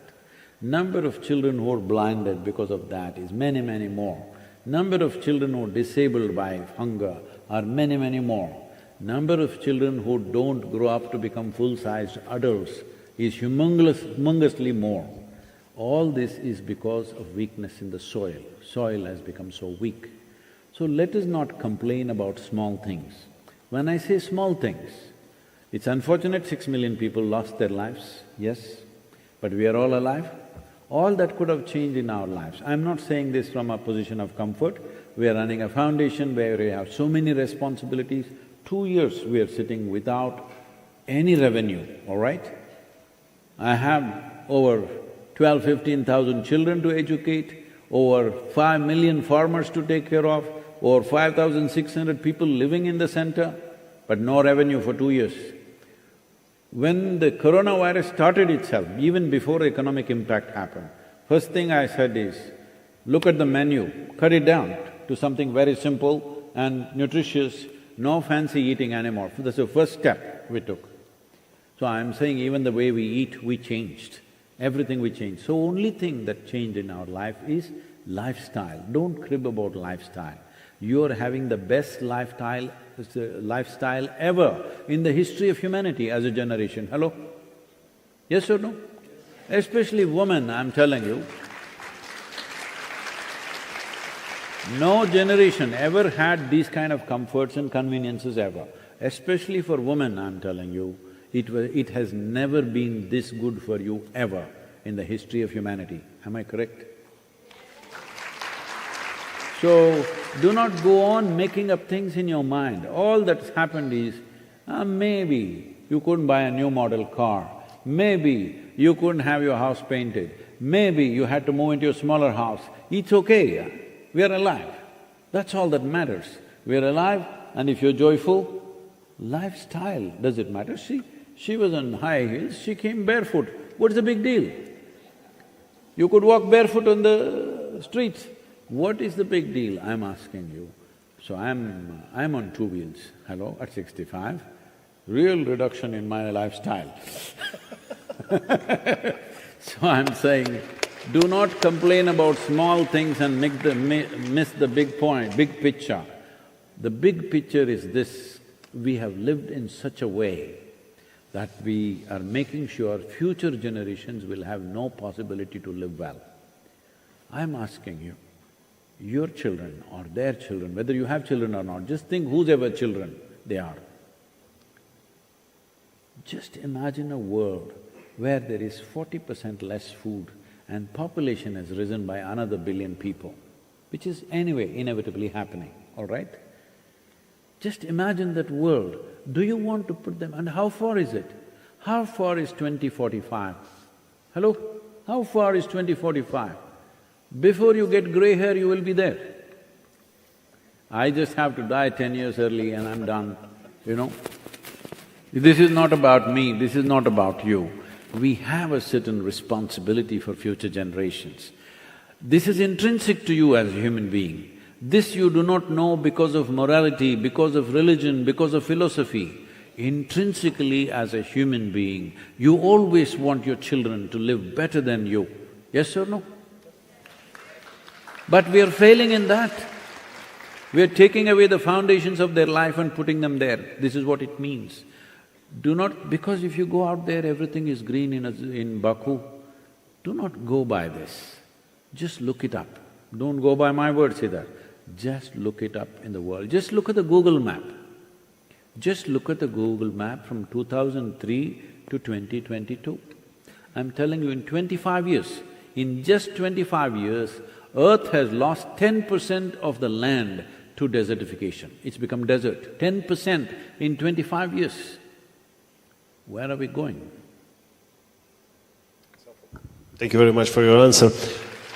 Any other question? Başka bir sual varsa? Excuse me. Assalamu alaikum, Mr. Sadhguru. My name is Ainura. I'm from Uzbekistan. Okay. Here. Welcome. And here's my auntie called Leila. She's living here. And actually, it's not about the question, but about changing some energy and having kind of support. Well, she had been following you for more than 5 years and practicing all your lessons and always inspired nothing just to meet you, and today it's happened. And she believes that accident not accidental because even today, this meeting happened in Baku when she's in grief. Her son Kamran, 21 years old boy, bike lover, had a crash.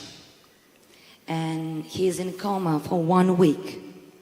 His situation not getting better or worse. And she believes that there must be a reason. And despite the fact that she's ready to accept any situation which will happen, because all of us will leave this world, she wonders if there any chance you could support her son and other people there with your energy, maybe just by visiting this hospital named Simashka, even just for a second.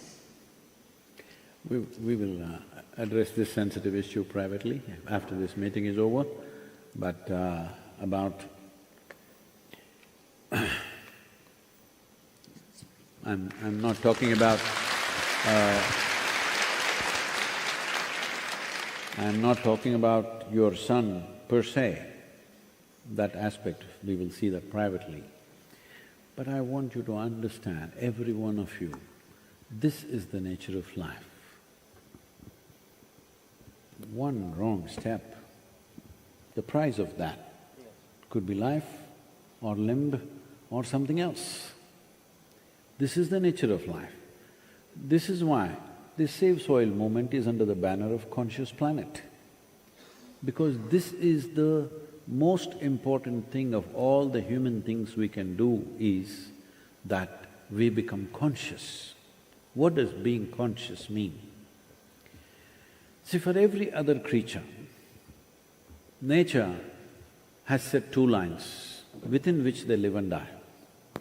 It's only for the human being that the top line is gone, and this is what most human beings are suffering. Most human beings are suffering this because now they don't know how to be. If they were born as an earthworm, they would know what to do and they would be eco-friendly also. Now they've come as human beings, they don't know what to do with themselves.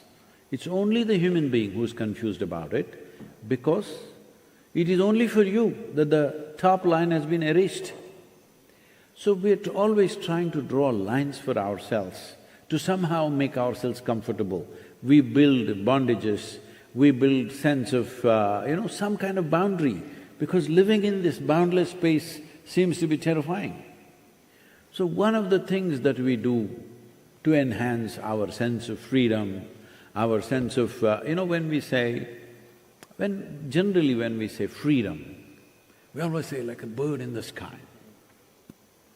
So right from my childhood, I was so fascinated with birds in the sky. I would go lie down on the terrace of my house when I was 6, 7 years of age and just go on looking at these eagles just flying around, floating.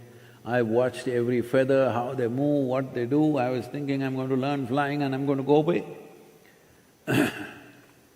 And one day I realized I'm just looking at them with such fascination, but they're all the time looking down, looking for a rat or a snake or something else to eat. For the eagle up there, it's just like you going to office. Hello? Yes, for the pilot, it's just like going to office, isn't it? So at the age of 17, I built my own flying machine, which was a hang glider, and tried to fly. I did fly for about 22 or 23 seconds. Then I crashed and broke both my ankles.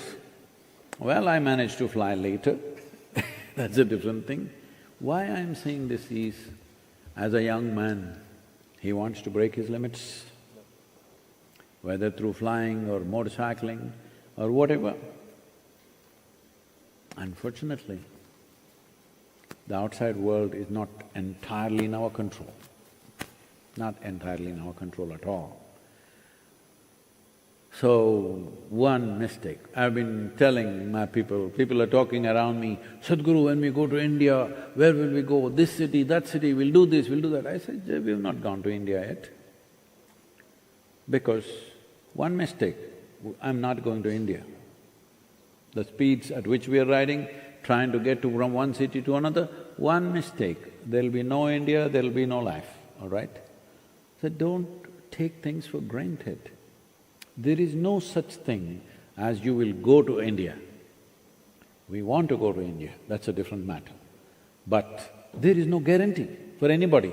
Sadhguru, you are a mystic. Yes, that's why I'm telling you, because a mystic is someone who lives absolutely with reality without any fancy ideas in his head. So, this is the nature of life. I know it sounds cruel to one person because of what's happened to the family now, but I'm saying for every one of us, this is the reality.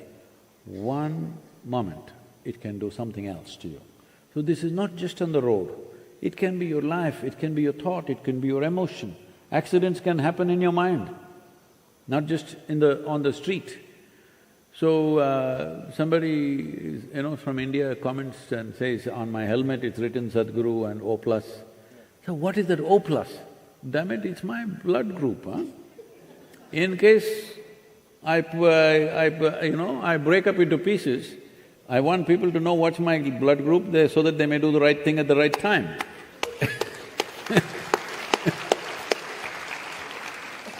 So I'm saying, let us understand this. Yes, everybody wants to break limits, everybody should strive to break limitations.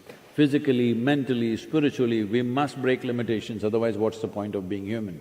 But at the same time, we must understand that this is all it takes. One simple mistake, that's it. One moment of unawareness. It can cause life, it can cause limb, it can cause life in so many different ways.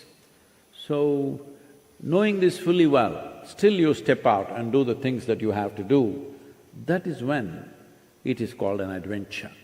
If you don't know the risk and do stupid things, that's not called adventure, that is called a stupidity. Yes, it's very important that you're adventurous in your life. Hope the boy recovers, we'll see what we can do for him. But it's very important you do adventurous things. But the line between adventure and being idiotic is so thin, you never cross that line. Just be careful. Thank you very much for this answer. Do we have question? Bizim sualımız var. Var buyurun. Yadımdadır, size de kaydedecek, yadımdadır, gördüm. Buyurun. Hello, Sadhguru. Where are you? Thank you very much for the permission to see you in front of myself. And just little ask, I need your signature and pray for me and for my 4-year-old girl, and that's all. About the questions, I every day watching your videos on YouTube, I find all answers for my questions, so I leave with you. I meditate. Yeah, there is no day without you, Sadhguru. Thank you. And please, your signature. Thank you.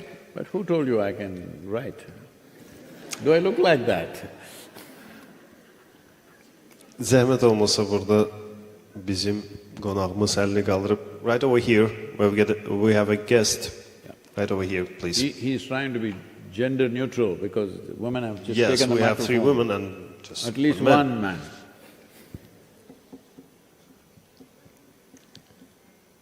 Buyurun. Thank you very much. Good evening, Sadhguru. Good evening. I have two questions. The first one is, how do you feel tonight here in Baku? Tell the second question also. And the second one, I don't know, maybe it's a bit more complicated, but we hear about the nature, the environment, and it is made sound as if it is a problem of the nature, but actually it's a problem of the human race, of humans. So all these are important, saving the soil, the air, the rivers, but how can we change human beings? How can we change ourselves? Okay. Because if we fix this problem, the other ones will be fixed by itself, because the root cause to all this is human behavior. Yes. Thank you.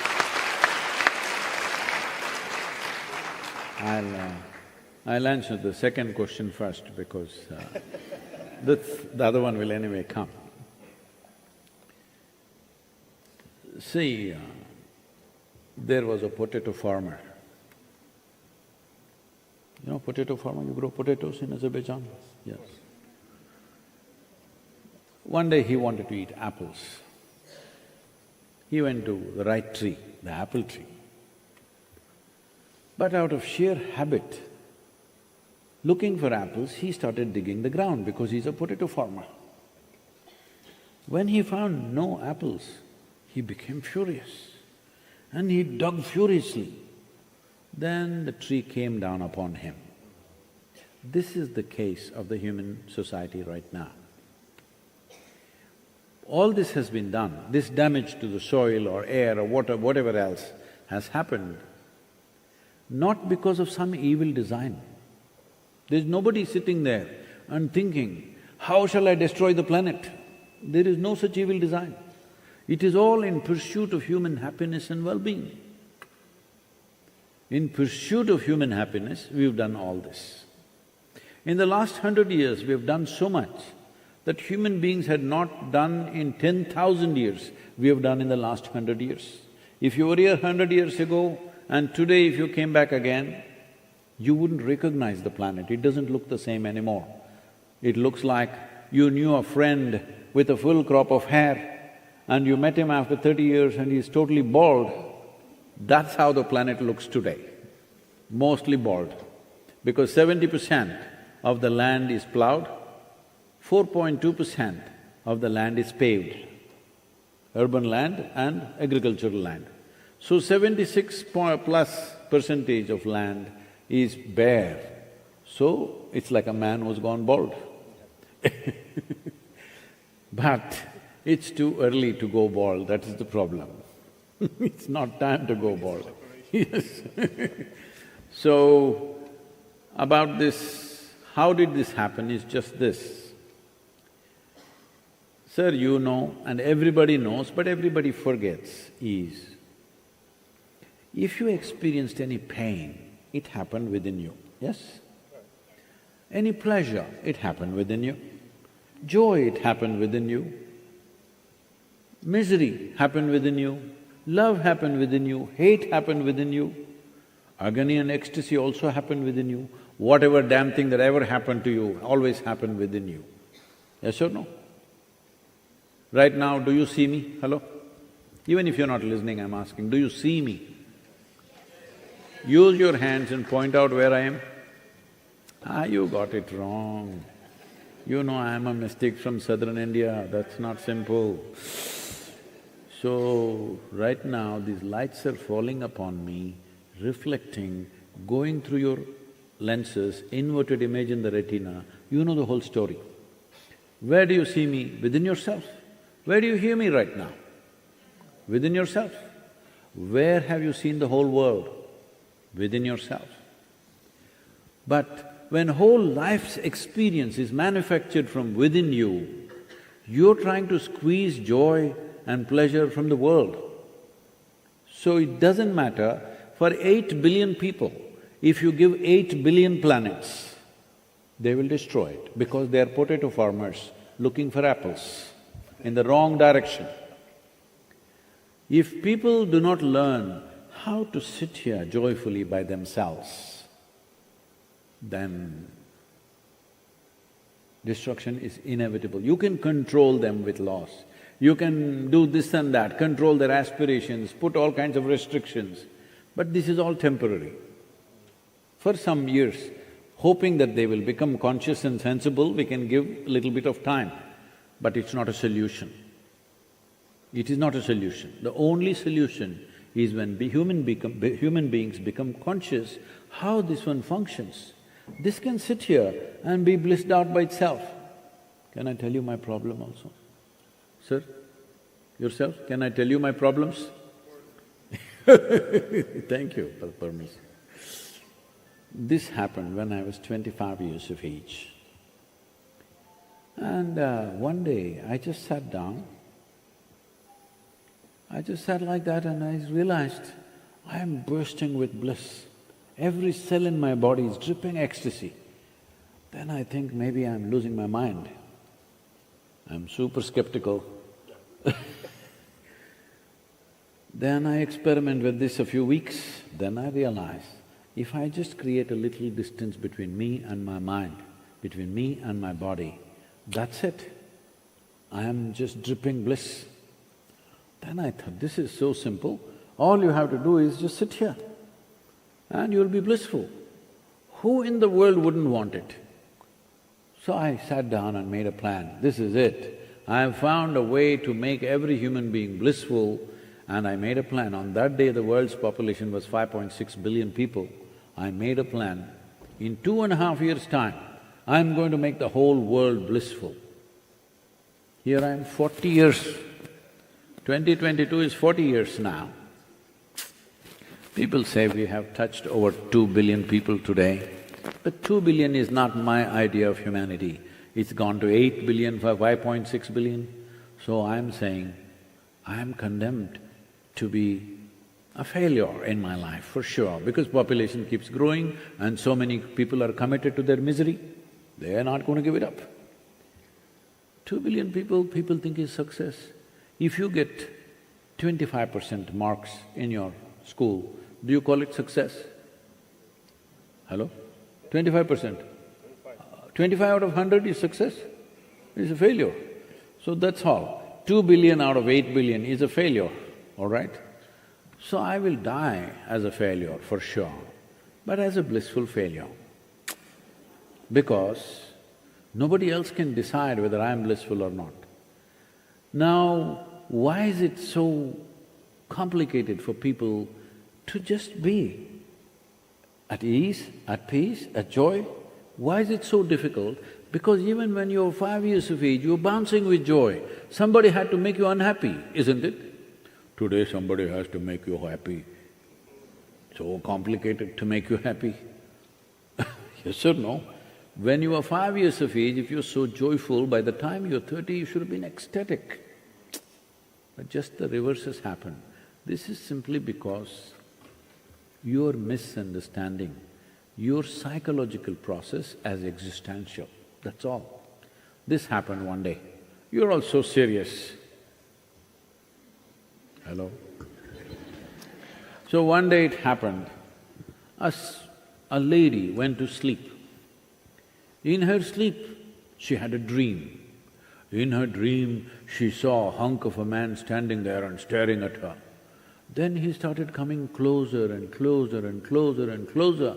He came so close, she could even feel his breath, and she trembled, not in fear.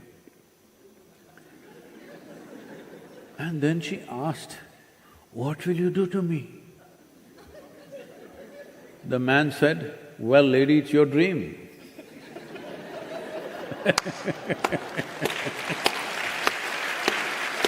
So, what is happening in your mind is your dream. If you cannot even manage your dream the way you want it, how will you do life? So right now, most people's misery is just that they're not able to manage their dream. Their psychological drama, their thinking is for real. It's your making. You're the director of this drama. You're a bad director, that's all there is. Hello?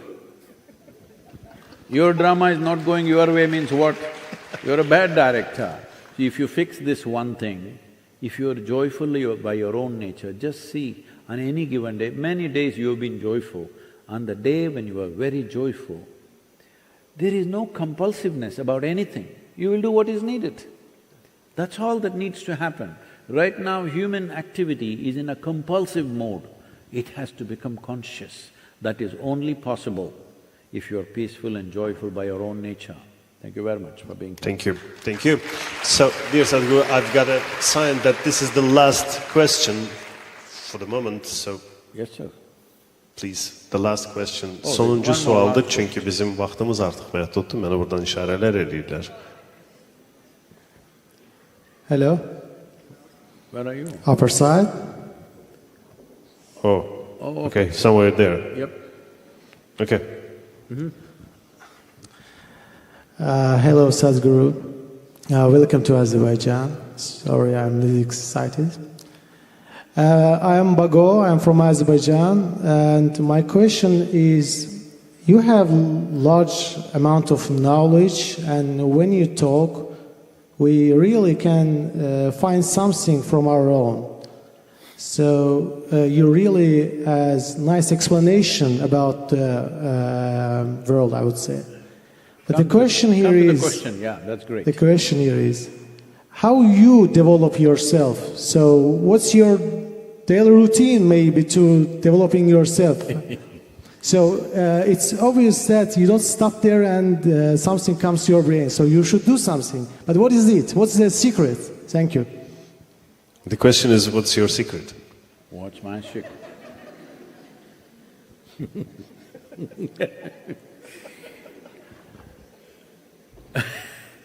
So you don't want it to be a secret anymore?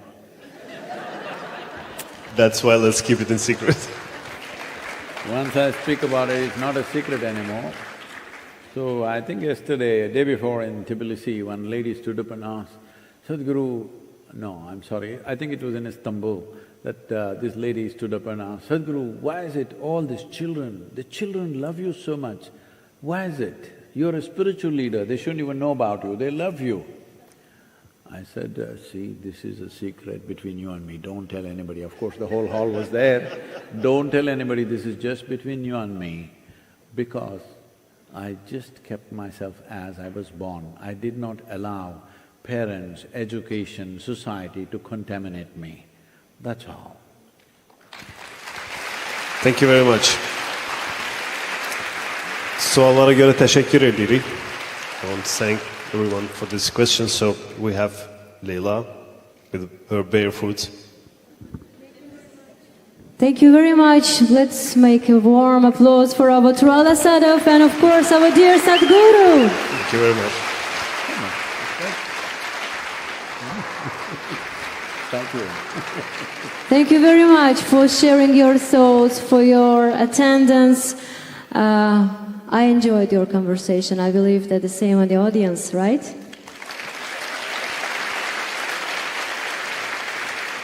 Dear Sadhguru, I would also love to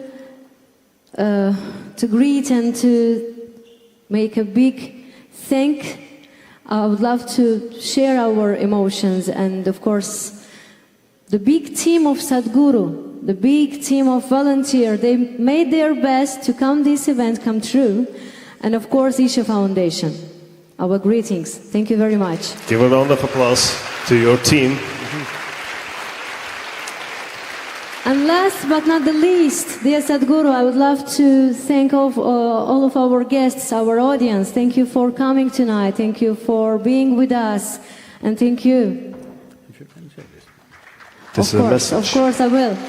Please, dear guests, follow our social pages. I mean, on Instagram, Facebook, Twitter, and YouTube.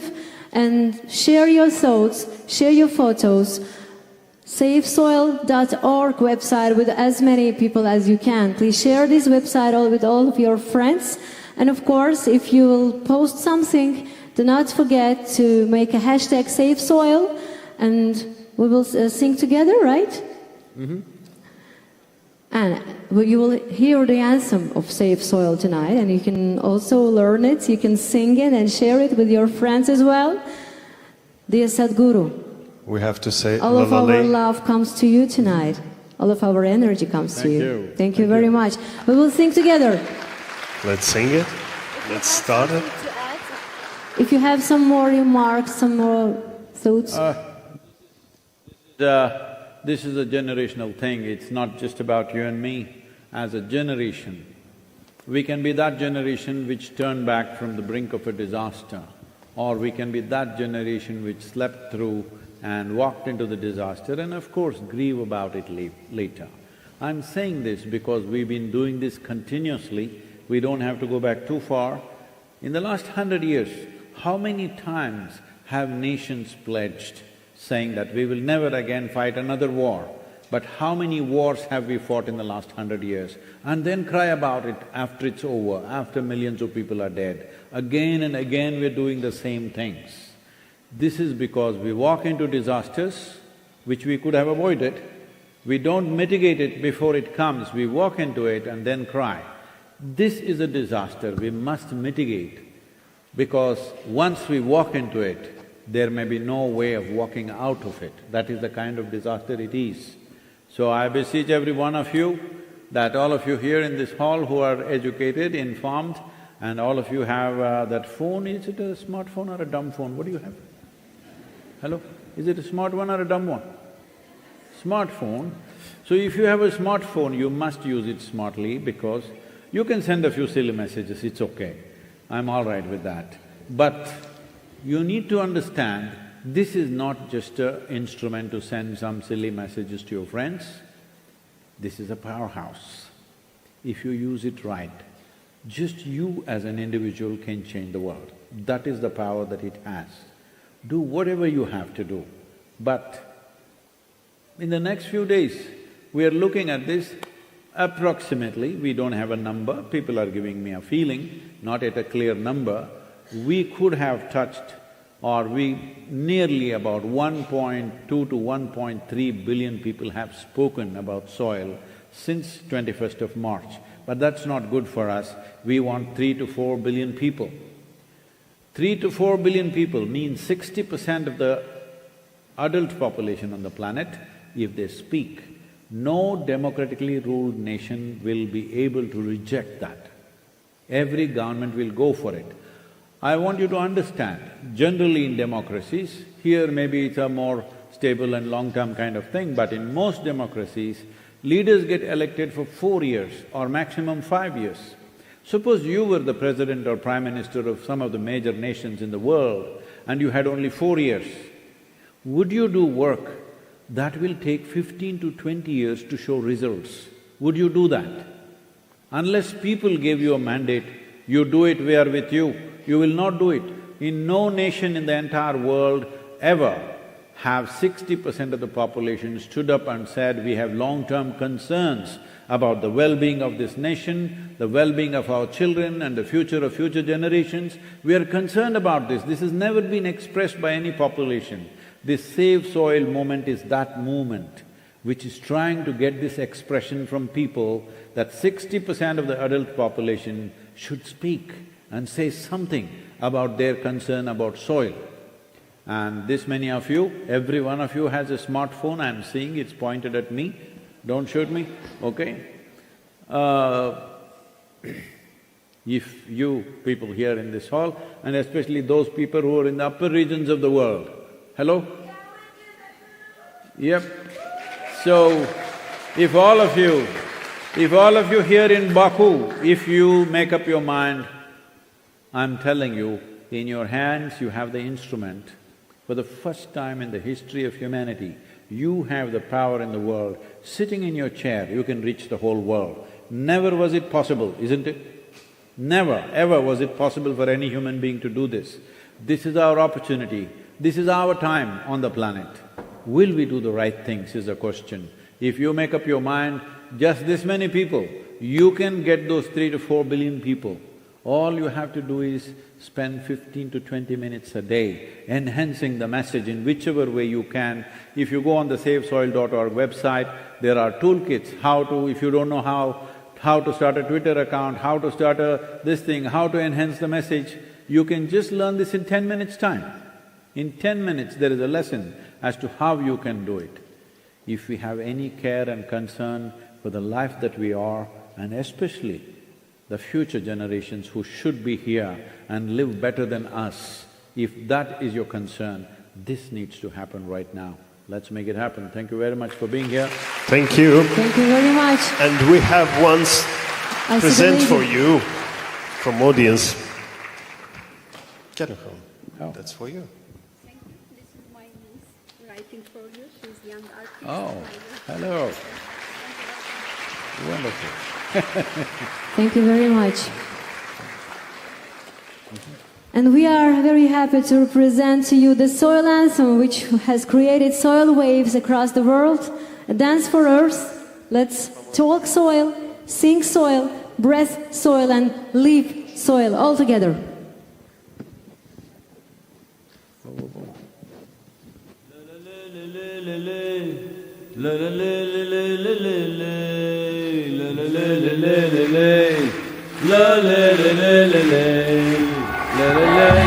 This very body is soil. My body, your body, everybody is just soil body.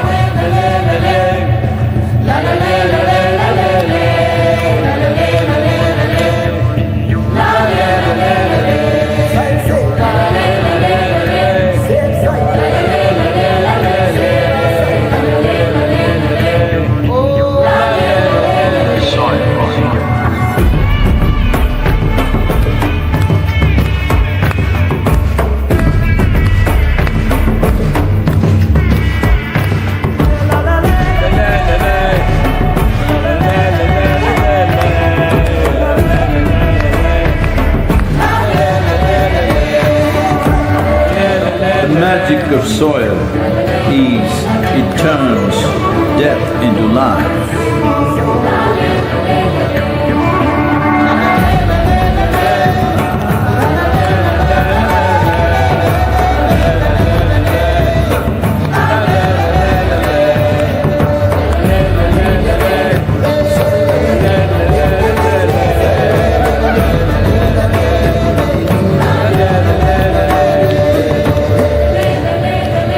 Depleted soils will not quench the fire of hunger.